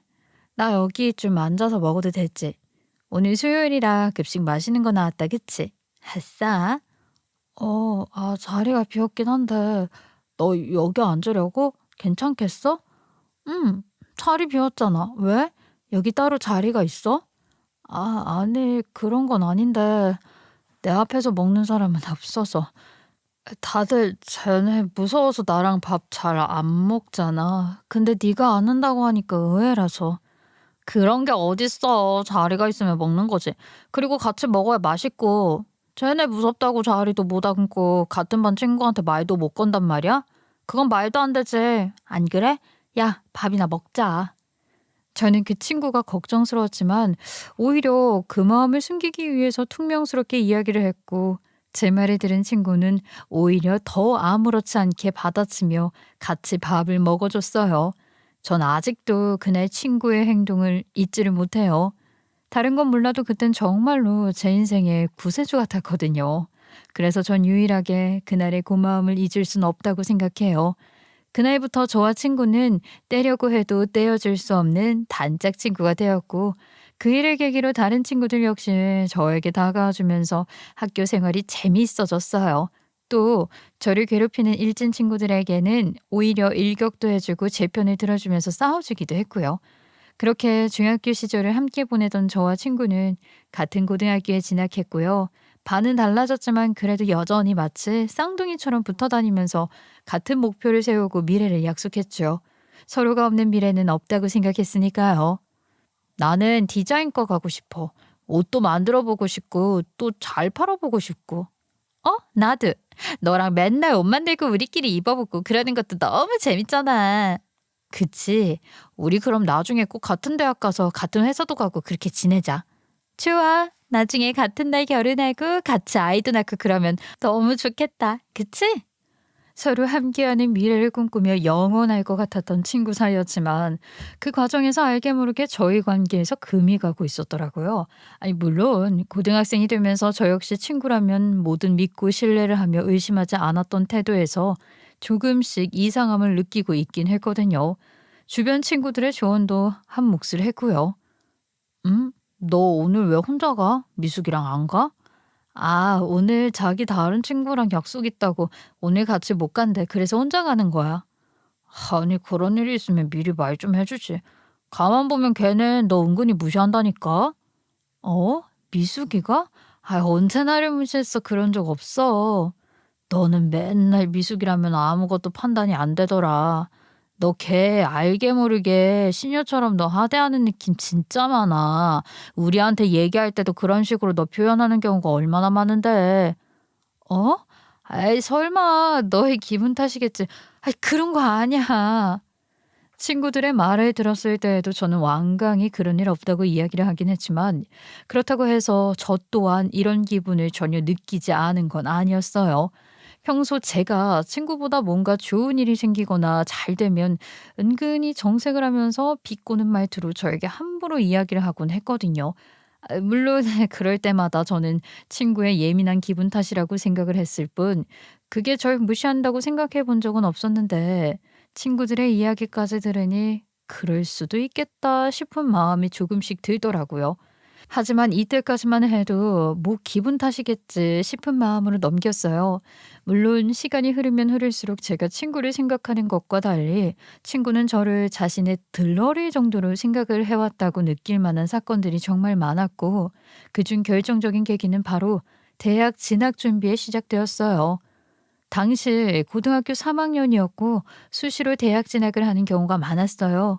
저와 친구는 이미 같은 과, 같은 학교를 목표로 했기 때문에 나란히 수시 지원을 했고 함께 대학도 가고 캠퍼스를 누비자고 하면서 그렇게 꿈을 꿔왔지요.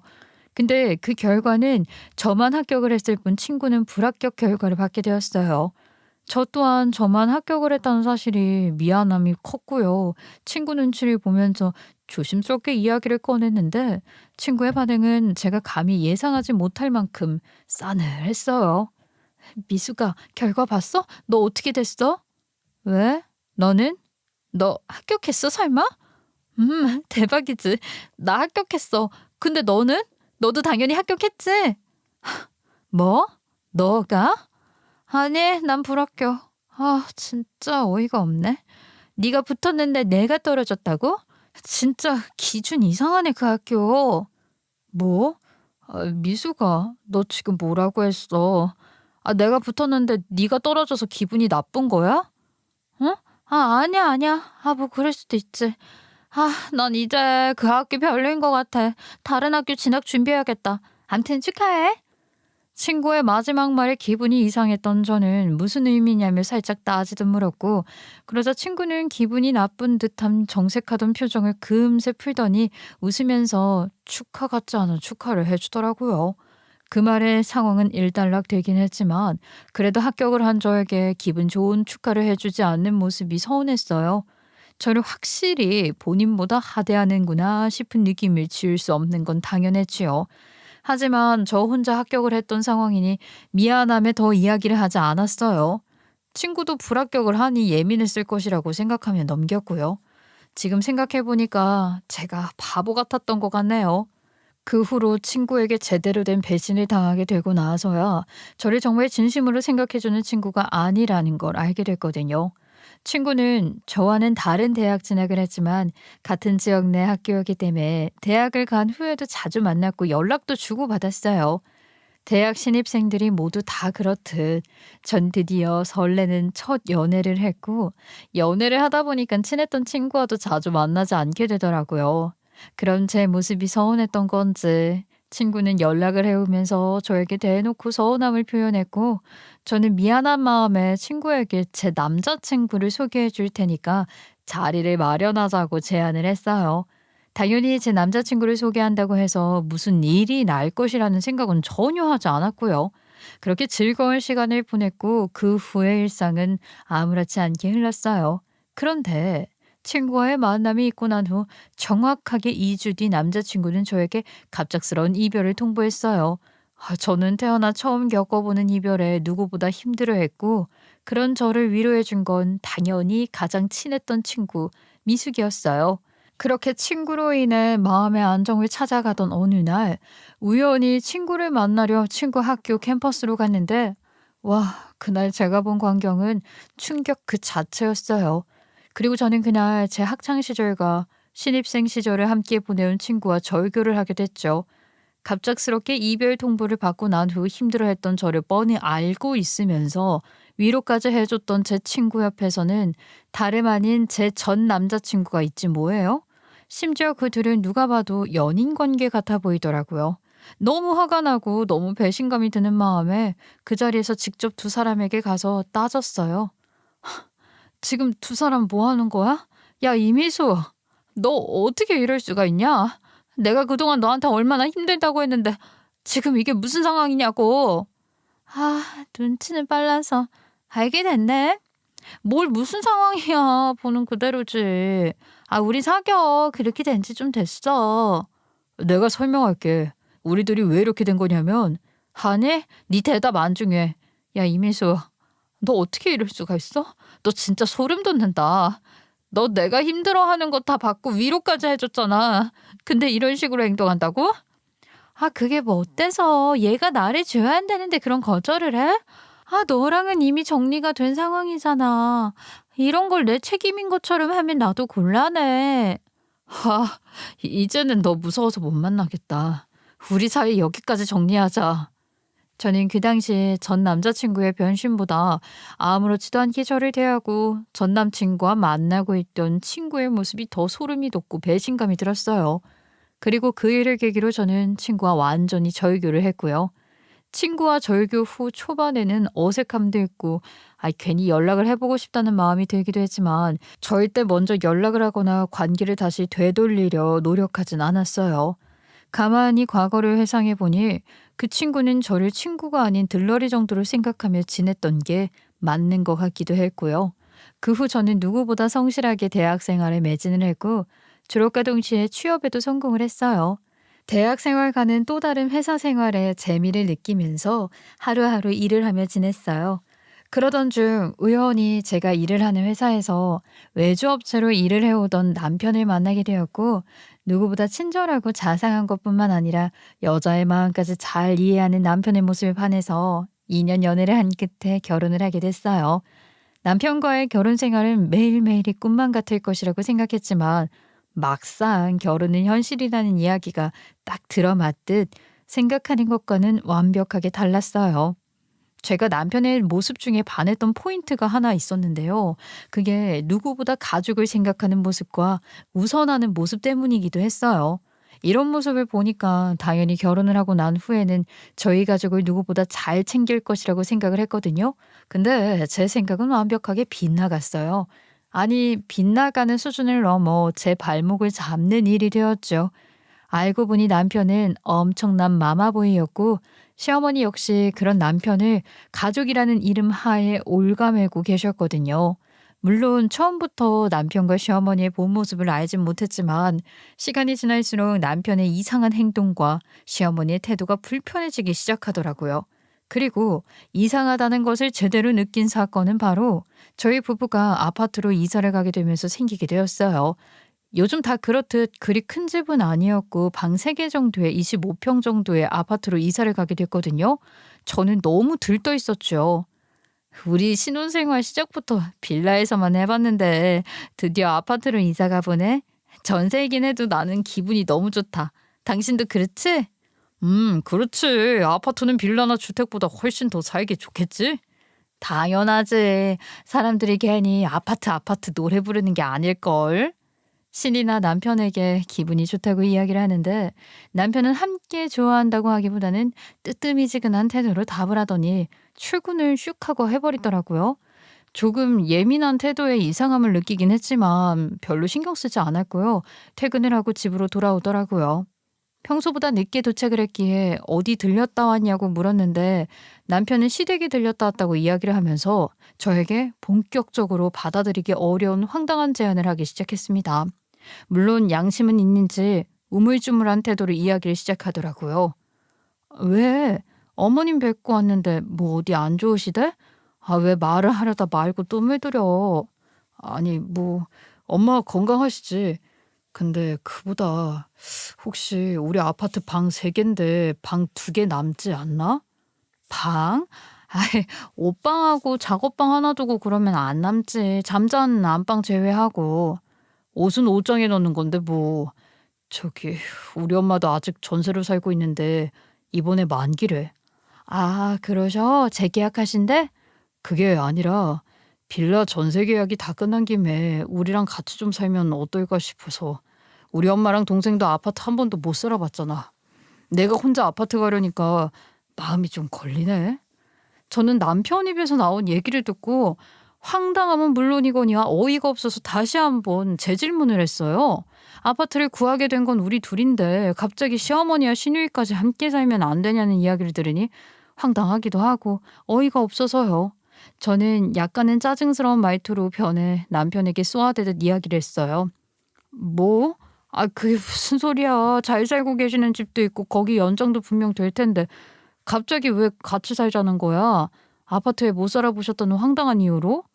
아니, 왜 짜증을 부리고 그래? 못 살아본 건 맞잖아. 엄마도 부러워하는 눈치시기도 하고. 아, 난 그게 신경 쓰여. 어차피 이 집 내가 반 정도 보탠 건 맞잖아. 그니까 우리 엄마 와서 산다고 해도 너도 존중해줘야 하는 거 아니야? 방이 고작 3개인데 그럼 작은 방 2개를 다 어머니 아가씨한테 주자는 거야? 그래서 방 개수 물어봤니? 아니지. 안방은 엄마 쓰라고 하고 우리가 작은 방에서 살아야지. 그게 어른 공경하는 거잖아. 안 그래? 당신 미쳤어? 아, 지금 이 말이 그렇게 당당하게 할 일이냐고. 남편의 당당한 태도를 보면서 화가 잔뜩 난 저는 지지 않고 화를 냈고요. 그렇게 저희는 그 일을 두고 한 2주 정도 다툼을 겪었어요.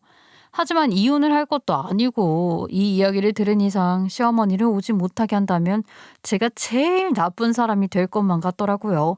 결국에는 조건부로 시어머니와 시누이와 함께 아파트에서 함께 지내기로 합의를 했어요. 그래, 내가 졌어. 좋아. 그럼 그렇게 아파트에 와서 살아보고 싶다고 하셨으니까 딱 2년만 살다가 다시 나가시는 걸로 해. 이 이상은 나도 더는 양보 못해. 알았어. 그럼 2년만 같이 살아보시는 걸로 할게. 나도 더 요구 안 해. 2년 조건은 당신이 어머니한테 말해. 내가 말하면 또 미운털 받길 것 같으니까. 딱 2년만 함께 살다가 시어머니와 시누이는 다시 집을 얻어 나가는 것으로 합의를 봤어요. 그렇게 20년 같은 2년을 견디며 지내게 됐죠. 아들과 함께 살게 된 시어머니는 이 모든 배려가 오직 남편으로 인한 것이라고 생각을 하시면서 무조건 자기 아들, 제 남편에게만 고마움을 표시했고 심지어는 저를 낮추면서 제 남편만 치켜 세우는 것이 일상이었어요. 예, 너나 나나 우리 아들 없었으면 이런 좋은 집에서 감히 살았나 보겠니? 너도 감사하게 생각해라. 아, 어머니, 이 집 그이랑 저랑 같이 반반씩 해서 구한 집이에요. 그거는 꼭 알아주셔야지. 저도 안 서운해요. 얘는 그래도 아무렴 남자 덕이 더 큰 거지. 너 어디 가서 그런 얘기 하지 말어. 남편 욕먹이는 거야. 알았니? 시어머니는 사사건건 남편 덕을 운운하며 저를 긁는 소리를 하셨어요. 거기다 시누이까지 작은 방에 들어와 살기 시작하면서 저는 말 그대로 시댁 시집살이를 제대로 당하고 있는 것이나 다름없었죠. 그래도 딱 2년만 버티면 이 지옥 같은 생활도 해방이라는 희망이 있었기에 꾹 참으며 버텼고 드디어 시어머니와 시누이가 집을 구해 나가게 되는 시기가 왔어요.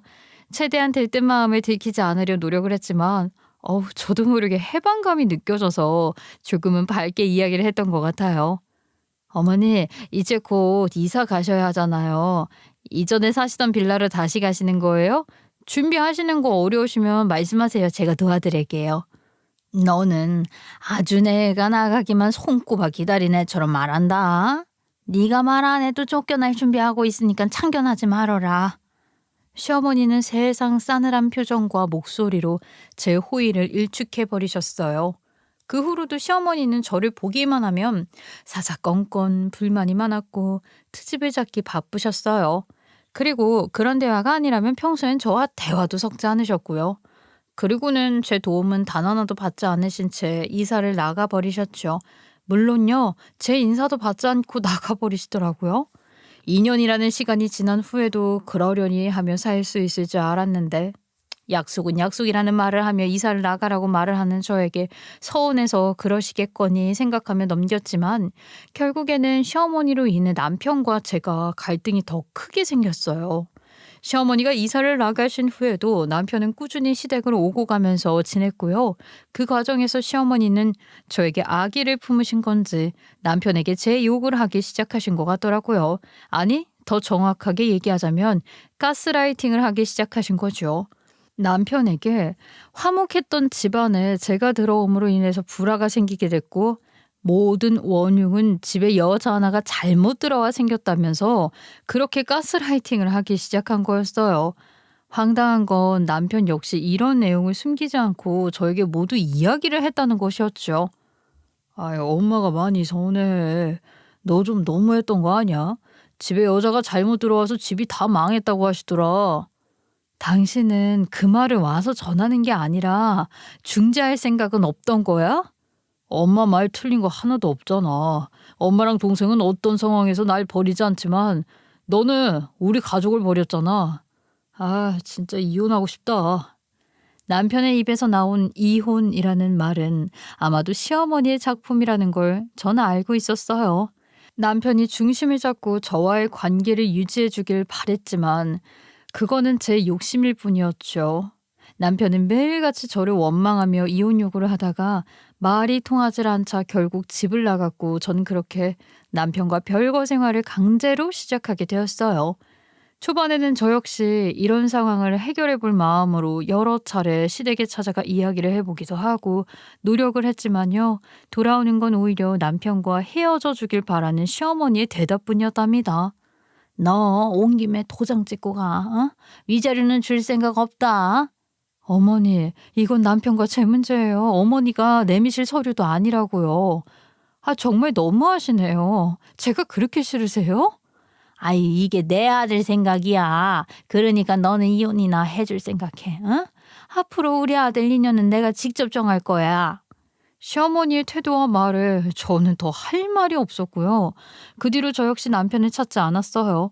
그렇게 남편과의 별거를 시작으로 해 저는 누구보다 열심히 일에 집중을 하면서 생활을 하고 있었고 남편은 가끔 한 번씩 전세 대출을 위한 돈을 보내는 것 외에는 연락도 닿지 않았고 저 또한 신경을 다른 곳으로 돌리면서 최대한 남편과의 문제는 생각하지 않으려고 하며 지냈어요. 그래서인지 저는 점점 더 웃음도 없어지고 말수도 적어지는 것이 역력했고 사는 게 재미가 없더라고요. 그러던 중 저에게 생기를 불어넣어주는 일이 생겼는데 그건 바로 20년 만에 하게 된 동창회 소식이었지요. 평소에 저라면 동창회 참석은 당연히 거절했을 게 분명했지만 삶에 활기를 넣어줄 수 있는 요소가 필요했던 저는 웬일로 동창회에 나가고 싶더라고요.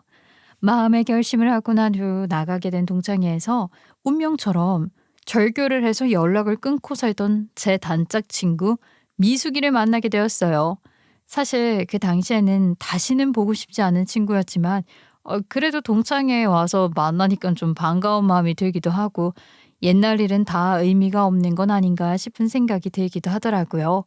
친구는 절 발견하자마자 먼저 어색하게 웃으며 다가와 인사를 했어요. 어머, 야, 오랜만이다. 어떻게 너 얼굴이 하나도 안 변했다? 아, 그러게. 잘 지냈어, 너도? 얼굴 좋아졌다, 너는. 좋은 일로 연락이 끊어진 건 아니었기에 어색한 대화만 오고 갔고 모임 내내 서로 이야기를 나눌 기회가 없었어요. 그렇게 자리가 모두 다 마무리된 후 집으로 가려는 그 순간 친구가 먼저 나가려는 제 팔목을 잡고 이야기를 하더라고요.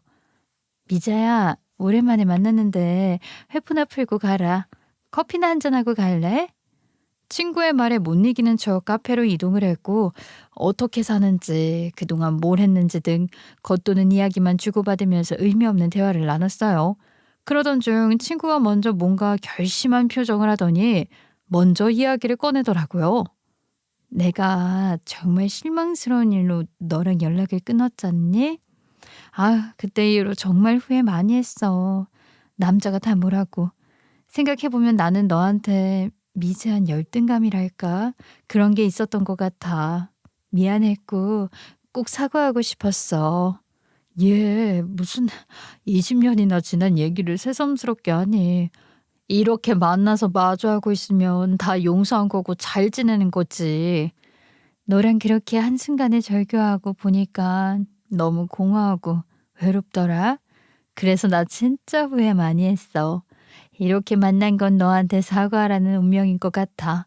어떻게 정식으로 내 사과 받아줄래? 아, 그래, 그래. 그때 고작 그런 일이 뭐라고 너랑 20년이나 안 보고 살았을까 싶다, 나도. 네가 그렇게 이야기해주니까 나도 마음이 풀려. 우리 옛날 일 다 잊고 잘 지내보자. 매일 혼자 지내면서 외로웠던 저는 결국 친구와 화해를 했고요. 그날 이후로 저는 친구와 다시 예전처럼 연락을 주고받으면서 지냈어요. 쉬는 날이면 만나기도 하고 또 저희 집으로 와서 저와 시간을 보내기도 하고요. 친구 역시 그동안 잘못을 회개하듯 저에게 정말 잘해줬어요. 덕분에 별거를 한 남편에 대한 걱정이나 스트레스를 덜 받게 되었던 것도 사실이에요. 아이, 어디다가 말하지도 못했던 일이기에 저는 친구에게 털어놓았고요. 시어머니의 가스라이팅으로 인한 일이라는 것도 모두 다 털어놓았죠. 세상에, 아유, 너 너무 속상하고 힘들었겠다. 혼자 끙끙 앓으면서 어떻게 참고 지냈니? 그래도 너한테라도 솔직하게 털어놓으니까 마음이 한결 편하긴 하다. 들어줘서 고마워. 야, 너 그런 얘기 나 아니면 누가 들어줘요. 나한테 털어놔야지 당연히. 친구는 제 이야기를 듣고는 누구보다 신이 난 듯한 특유의 표정으로 이야기를 듣더니 이내 표정을 바꾼 후에 걱정하는 듯한 말투를 하며 저를 위로했어요. 순간 오래전 저를 배신했던 그 표정이 떠오르면서 소름이 돋았지만 전 그냥 기분 탓이겠지 하며 넘겼어요. 그렇게 친구와 저는 무려 6개월 정도 서로 가까운 사이로 지냈는데 어느 날 갑자기 친구는 온다는 연락도 없이 저에게 중대 발표를 하겠다며 찾아온 겁니다. 미수가 연락을 하고 오지. 갑자기 무슨 일이야? 오늘 온다는 말도 없었잖아. 오늘 꼭 너한테 먼저 해줘야 할 이야기가 있어서 왔지. 야, 나 다음 달에 결혼해. 오늘 프로포즈 받았다. 아니, 진짜? 야, 너 그동안 만나는 사람이 있다는 것도 말 안 해줘놓고 이게 뭐야? 누군데? 어떤 사람인데? 어머, 진짜 너무 축하한다. 우리 나이가 40이잖아. 어떻게 될 줄 알고 내가 누구 만난다고 말을 하니. 당장 한 달 전이라 소개를 하기는 그렇고 너한테 꼭 먼저 이야기하고 싶었어. 내 결혼식 날 남편 공개할게. 꼭 와줄 거지? 아, 당연하지. 내가 그냥 친구니? 내가 제일 먼저 가서 넌 기다리면서 도와줄게. 친구의 축하 소식에 저는 정말 진심으로 기쁘기도 했고 축하해주고 싶다는 마음이 들었어요. 그래도 저에겐 가장 소중했고 힘들 때 버팀목이 되어준 친구였기 때문에 누구보다 진심이었어요. 그래서 결혼식 날에도 도움이 되고 싶었어요. 이런 반전이 있을 줄 알았다면 그런 마음도 가지지 않았을 텐데 말이죠. 왜 20대에 흐르는 시간과 30대, 40대에 흐르는 시간의 속도는 차이가 있다고 하잖아요. 그렇듯 정말 눈 깜짝할 사이에 한 달이 지나버렸고 친구의 결혼식이 당일로 다가왔더라고요. 아직 정식으로 남이 된 건 아니었기에 친구의 결혼식을 이야기하며 남편에게 연락을 해보긴 했지만 역시 받지 않더라고요. 받을 것이라고 기대도 하지 않았기 때문에 포기를 하며 혼자 결혼식장으로 향했죠. 어쩌면 정말 이혼을 해줘야 하는 상황이 오지 않을까 하는 복잡한 마음을 뒤로한 채 결혼식장에 도착을 해 곧바로 신부 대기실로 향했어요. 대기실에 들어가니까 웨딩드레스를 입고 누구보다 환하게 웃는 오늘의 주인공인 친구가 보이더라고요. 다른 사람들과 열심히 인사를 나누던 중에도 저를 발견하더니 큰 소리로 제 이름을 부르며 손짓을 하더라고요. 미자, 여기야 여기. 이리 와 빨리. 저를 누구보다 반가워해주는 친구의 모습을 보니까 저를 누구보다 끔찍하게 생각해주며 가장 소중하게 생각하는 사람으로 여겨주는 것 같아서 기분이 좋았어요. 물론 이때까진 친구의 의도가 무엇인지 전혀 알지 못했기 때문에 그런 생각을 했던 것이긴 하지만요. 다른 의도를 가지고 있을 것이라고는 정말 꿈에도 상상도 하지 못했기도 하고요. 저는 친구에게 다가가며 누구보다 밝은 표정과 얼굴로 이야기를 했어요. 야, 누군지 진짜 못 알아보겠다. 오늘 너무 예쁜데? 진심으로 축하해. 아유, 결국 너도 시집을 가긴 가는구나. 네 꽁꽁 숨겨놓은 새신랑 얼굴이나 한번 보여줘. 아, 내 남편? 그거 놀 거야. 일단 사진부터 찍어야지. 이리 와, 사진 찍자. 제가 새신랑 이야기를 꺼내자마자 친구는 또 특유의 눈빛이 반짝거리더니 대답을 하더라고요. 사진을 먼저 찍자는 이야기에 저는 친구 옆에 앉아서 아무것도 모른 채 활짝 웃으며 사진을 찍었어요. 사진을 다 찍고 나니까 사람들이 몰려오기 시작했고 정신이 하나도 없더라고요. 그런 와중에 친구가 제 어깨를 툭 치며 이야기했어요. 예, 저기야, 우리 신랑 온다. 빨리 와봐. 아, 그래? 어디 한번 보자. 얼마나 멋지고 잘난 신랑이기에 꽁꽁 숨겨뒀는지 보자. 신이 난 듯 신부 대기실 입구 쪽을 가리키며 친구는 신랑 자랑을 했고 저는 그 말을 듣고 난 후 웃으면서 얼굴을 보려 고개를 돌린 순간 그대로 얼어붙을 수밖에 없었어요. 친구의 새 신랑이라고 이야기를 하는 그 사람은 아무리 봐도 저에게 계속 이혼을 요구하며 별거 후에 연락도 받지 않고 있는 제 남편이었거든요. 이미 저와 결혼까지 한 상황에서 장가를 처음 가는 것처럼 설레는 표정을 하면서 웃고 있더라고요. 너무 놀란 나머지 정신을 차린 후 급하게 남편이라고 하는 사람의 혼주석 자리를 봤어요. 그곳에는 누구보다 곱게 한복을 차려입고 행복한 미소로 하객을 맞이하고 있는 시어머니가 떡하니 계신 것 아니겠어요? 저는 너무 놀라고 황당한 마음에 생각할 틈도 없이 이야기를 했어요. 뭐라고? 너 지금 저 사람이 네 남편이라고 가리킨 게 맞아? 저 사람이? 무슨 소리를 하는 거야? 너도 우리 집에서 가족 사진 봐서 알 거 아니야. 저 사람 내 남편인 거. 야, 너 미쳤어? 감정 주체가 되지 않았고 현실적으로 말이 되지 않은 상황에서 저도 모르게 시선이 다 모아질 정도로 큰 소리로 언성을 높였어요. 그러자 제 친구는 제 이야기에 놀라는 기색 하나도 없이 해맑게 웃던 얼굴이 금세 굳더니 답을 하더라고요. 그래, 내가 모른다고 했니? 알고 있어, 네 남편이었던 거. 근데 그게 왜? 친구의 표정을 본 순간 저는 옛 기억이 떠올랐어요.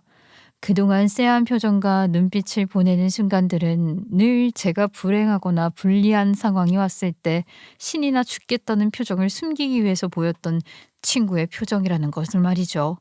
그동안 그렇게 당하고 나서도 여태 몰랐다는 게 참 바보 같다는 생각이 들더라고요.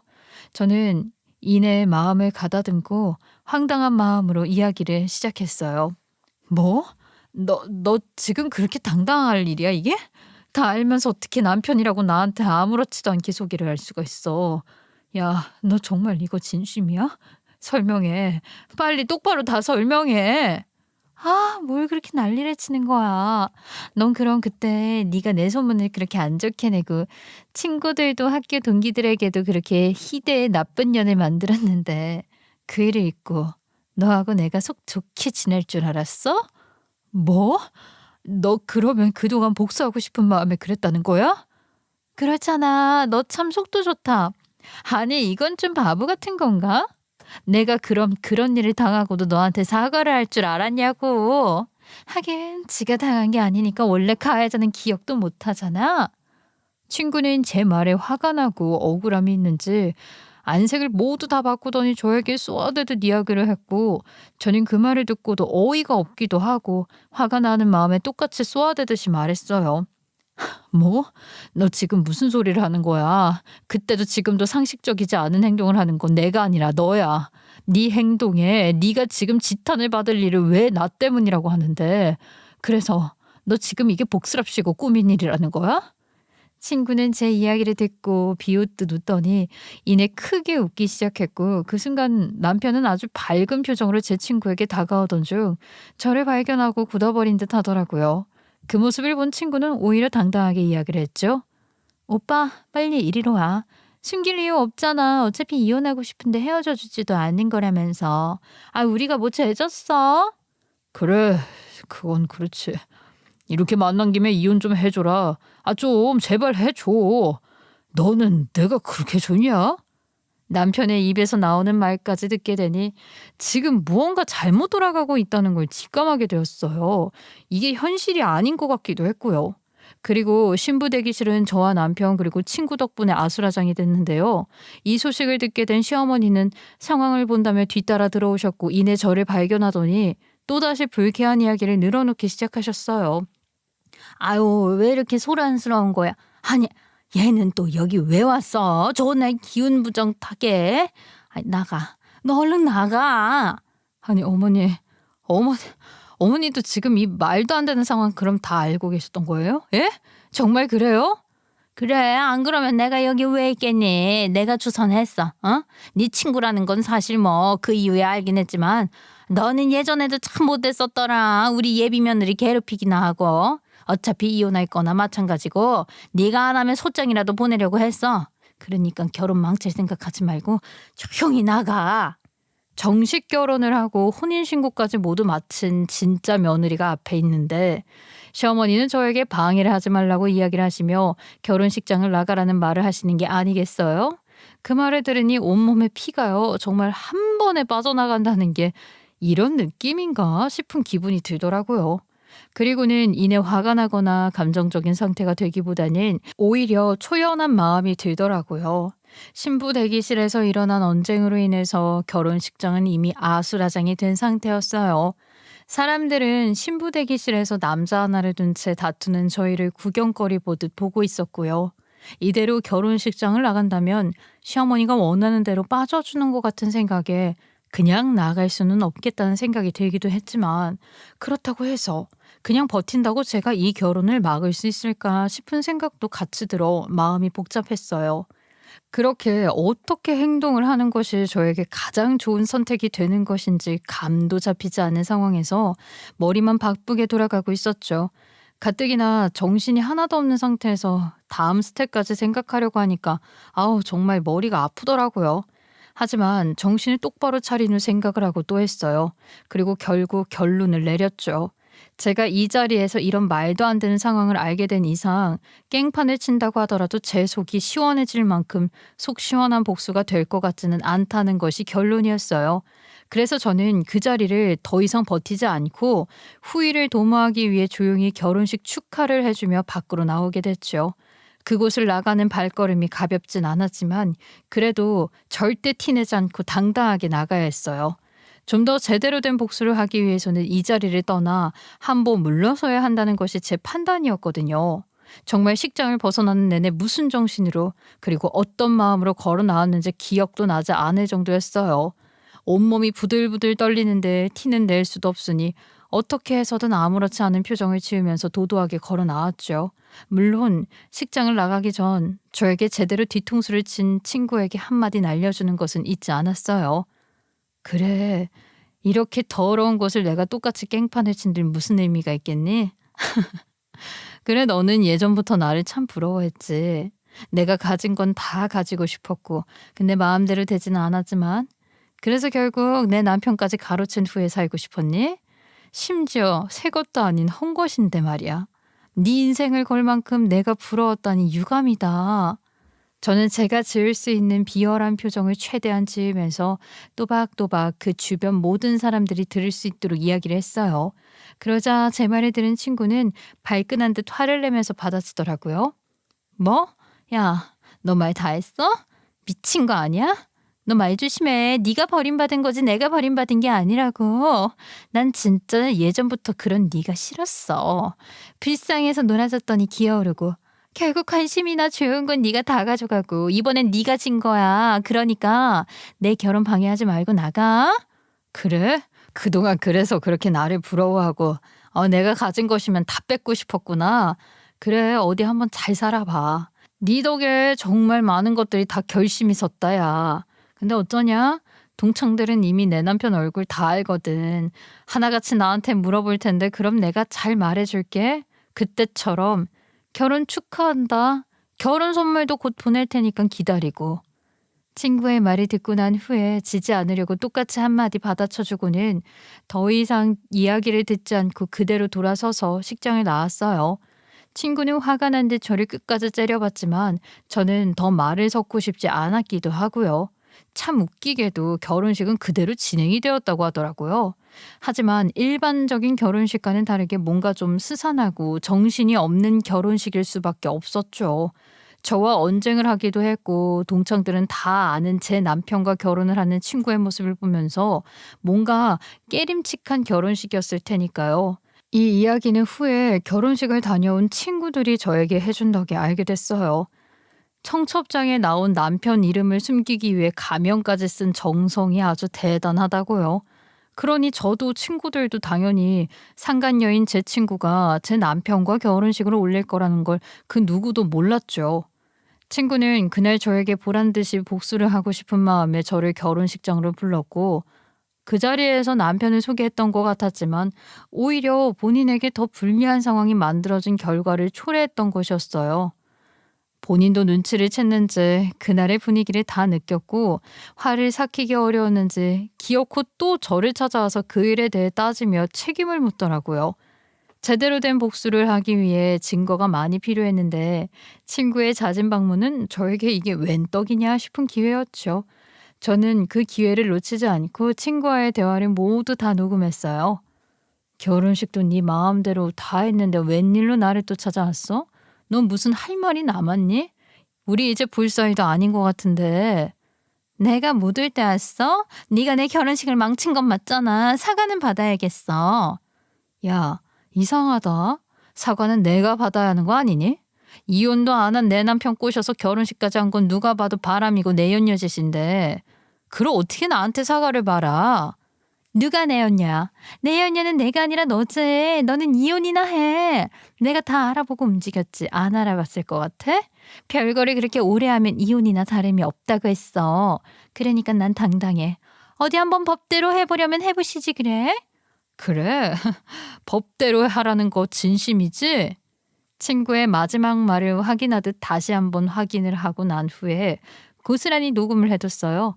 이 녹음과 그날 결혼식 사진을 모두 다 모아서 저는 곧바로 법적 조력을 받기 위해 변호사 사무실로 찾아가 상담을 받았죠.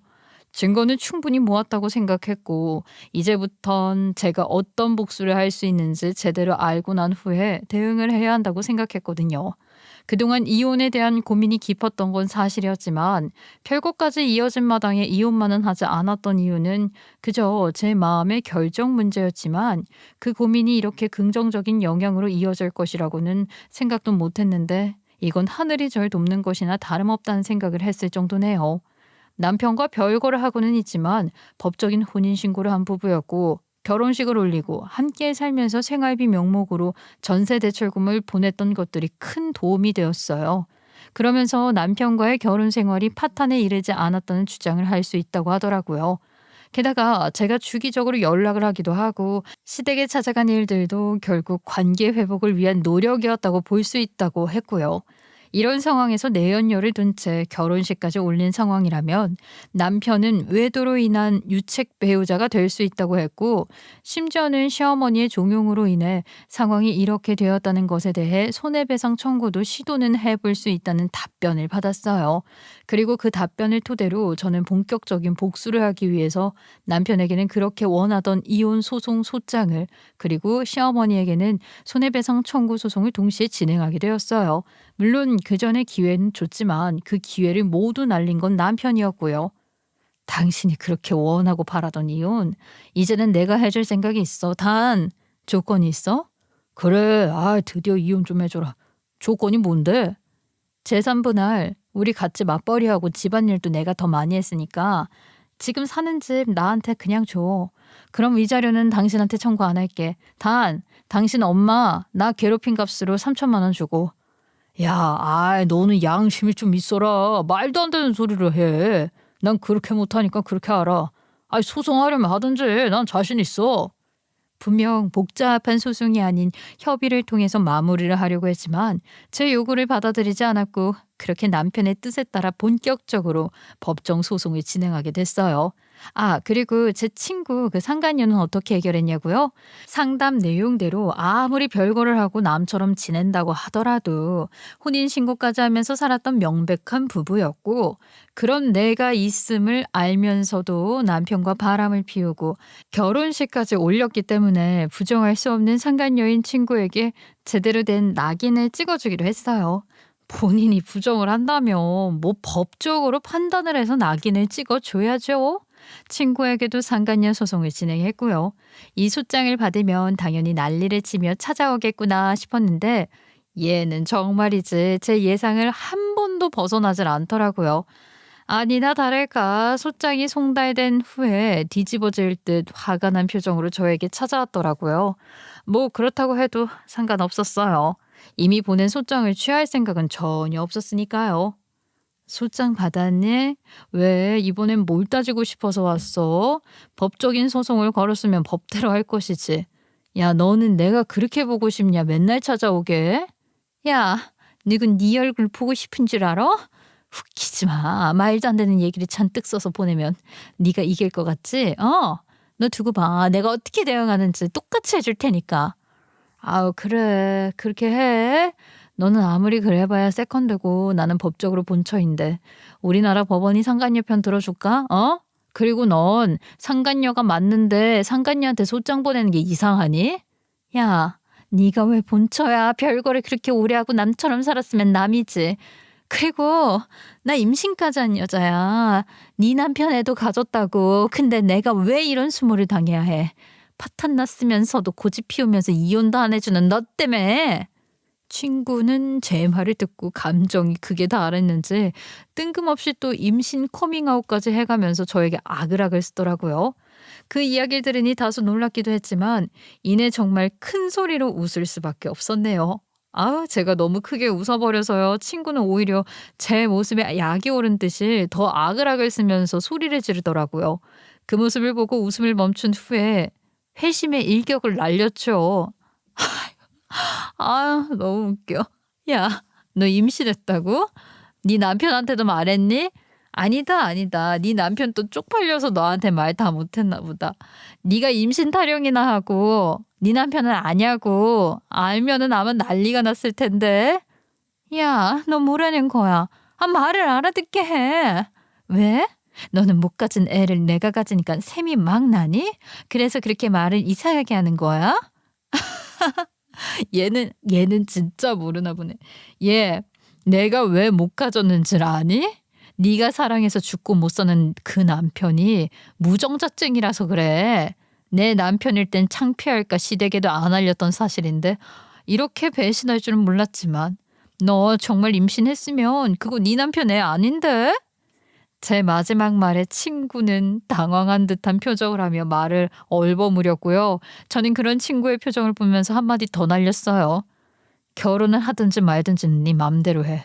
그리고 저 하자 있는 남자 데리고 갈 거면 그렇게 해도 좋아. 기꺼이 내어드린다고.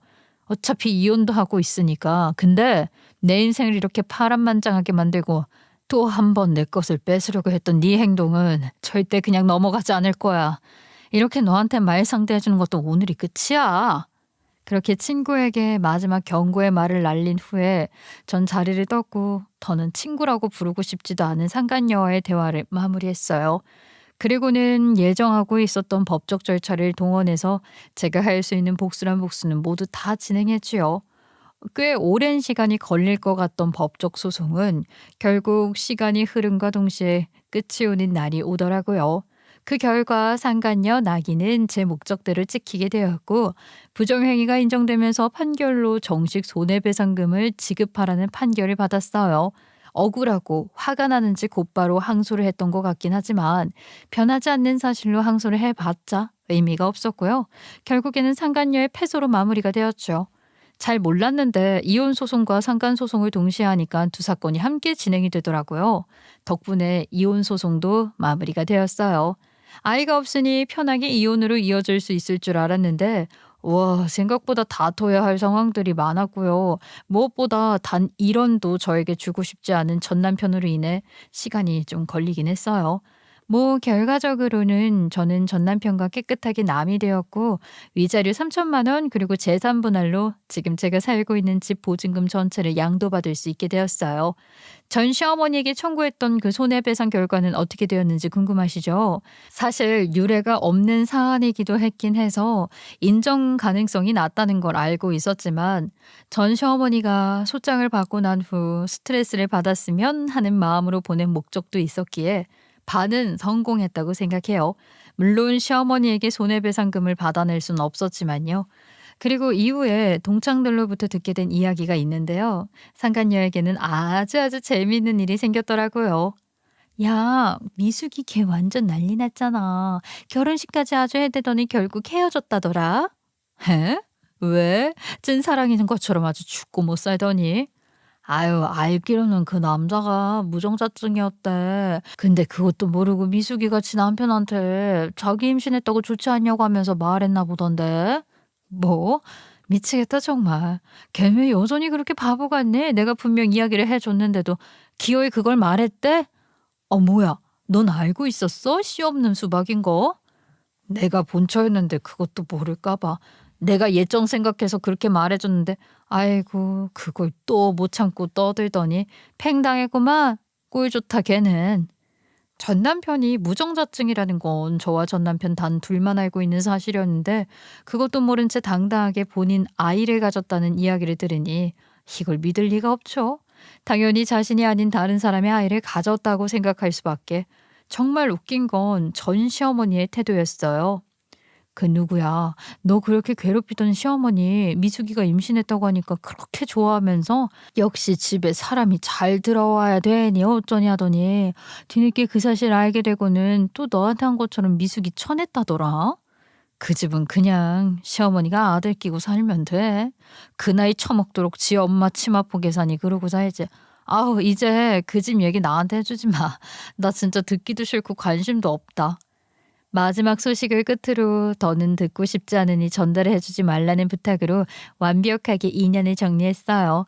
저는 전 남편과 이혼도 하고 위자료 및 재산 분할 그리고 상간녀로부터 받은 손해배상금까지 드득이 챙겨 나름대로 제2의 인생을 시작하려고 하고 있어요. 원래는 회사 생활을 하면서 지냈지만 제 인생과 맞바꾼 돈이 생기면서 제 재능을 살려서 온라인 쇼핑몰이 작게 시작해보고 싶어지더라고요.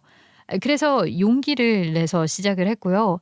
누가 듣는다면 제 삶이 참 기구하고 파란만장하다는 생각을 하지 않을까 싶은 생각이 들기도 하는데요. 어쩌면 친구로 인해서 남편도 가족도 소중한 사람을 죄다 잃게 된 실패한 인생이 아닐까 싶은 생각을 할 수도 있기도 해요. 하지만 오히려 저는 그 반대이기 때문에 괜찮아요. 아니 오히려 그들로 인해서 인생에 도움이 되지 않은 쓰레기들은 모두 다 정리를 했고 내 사람이 아닌 사람들의 진심을 보면서 걸러낼 수 있었던 아주 중요한 인생의 경험이라고 생각하거든요. 여러분들 역시 많은 인연들에 연연해야 하진 않는지 검토해 보세요. 분명 저를 위한 인연은 따로 있음을 느끼실 거예요.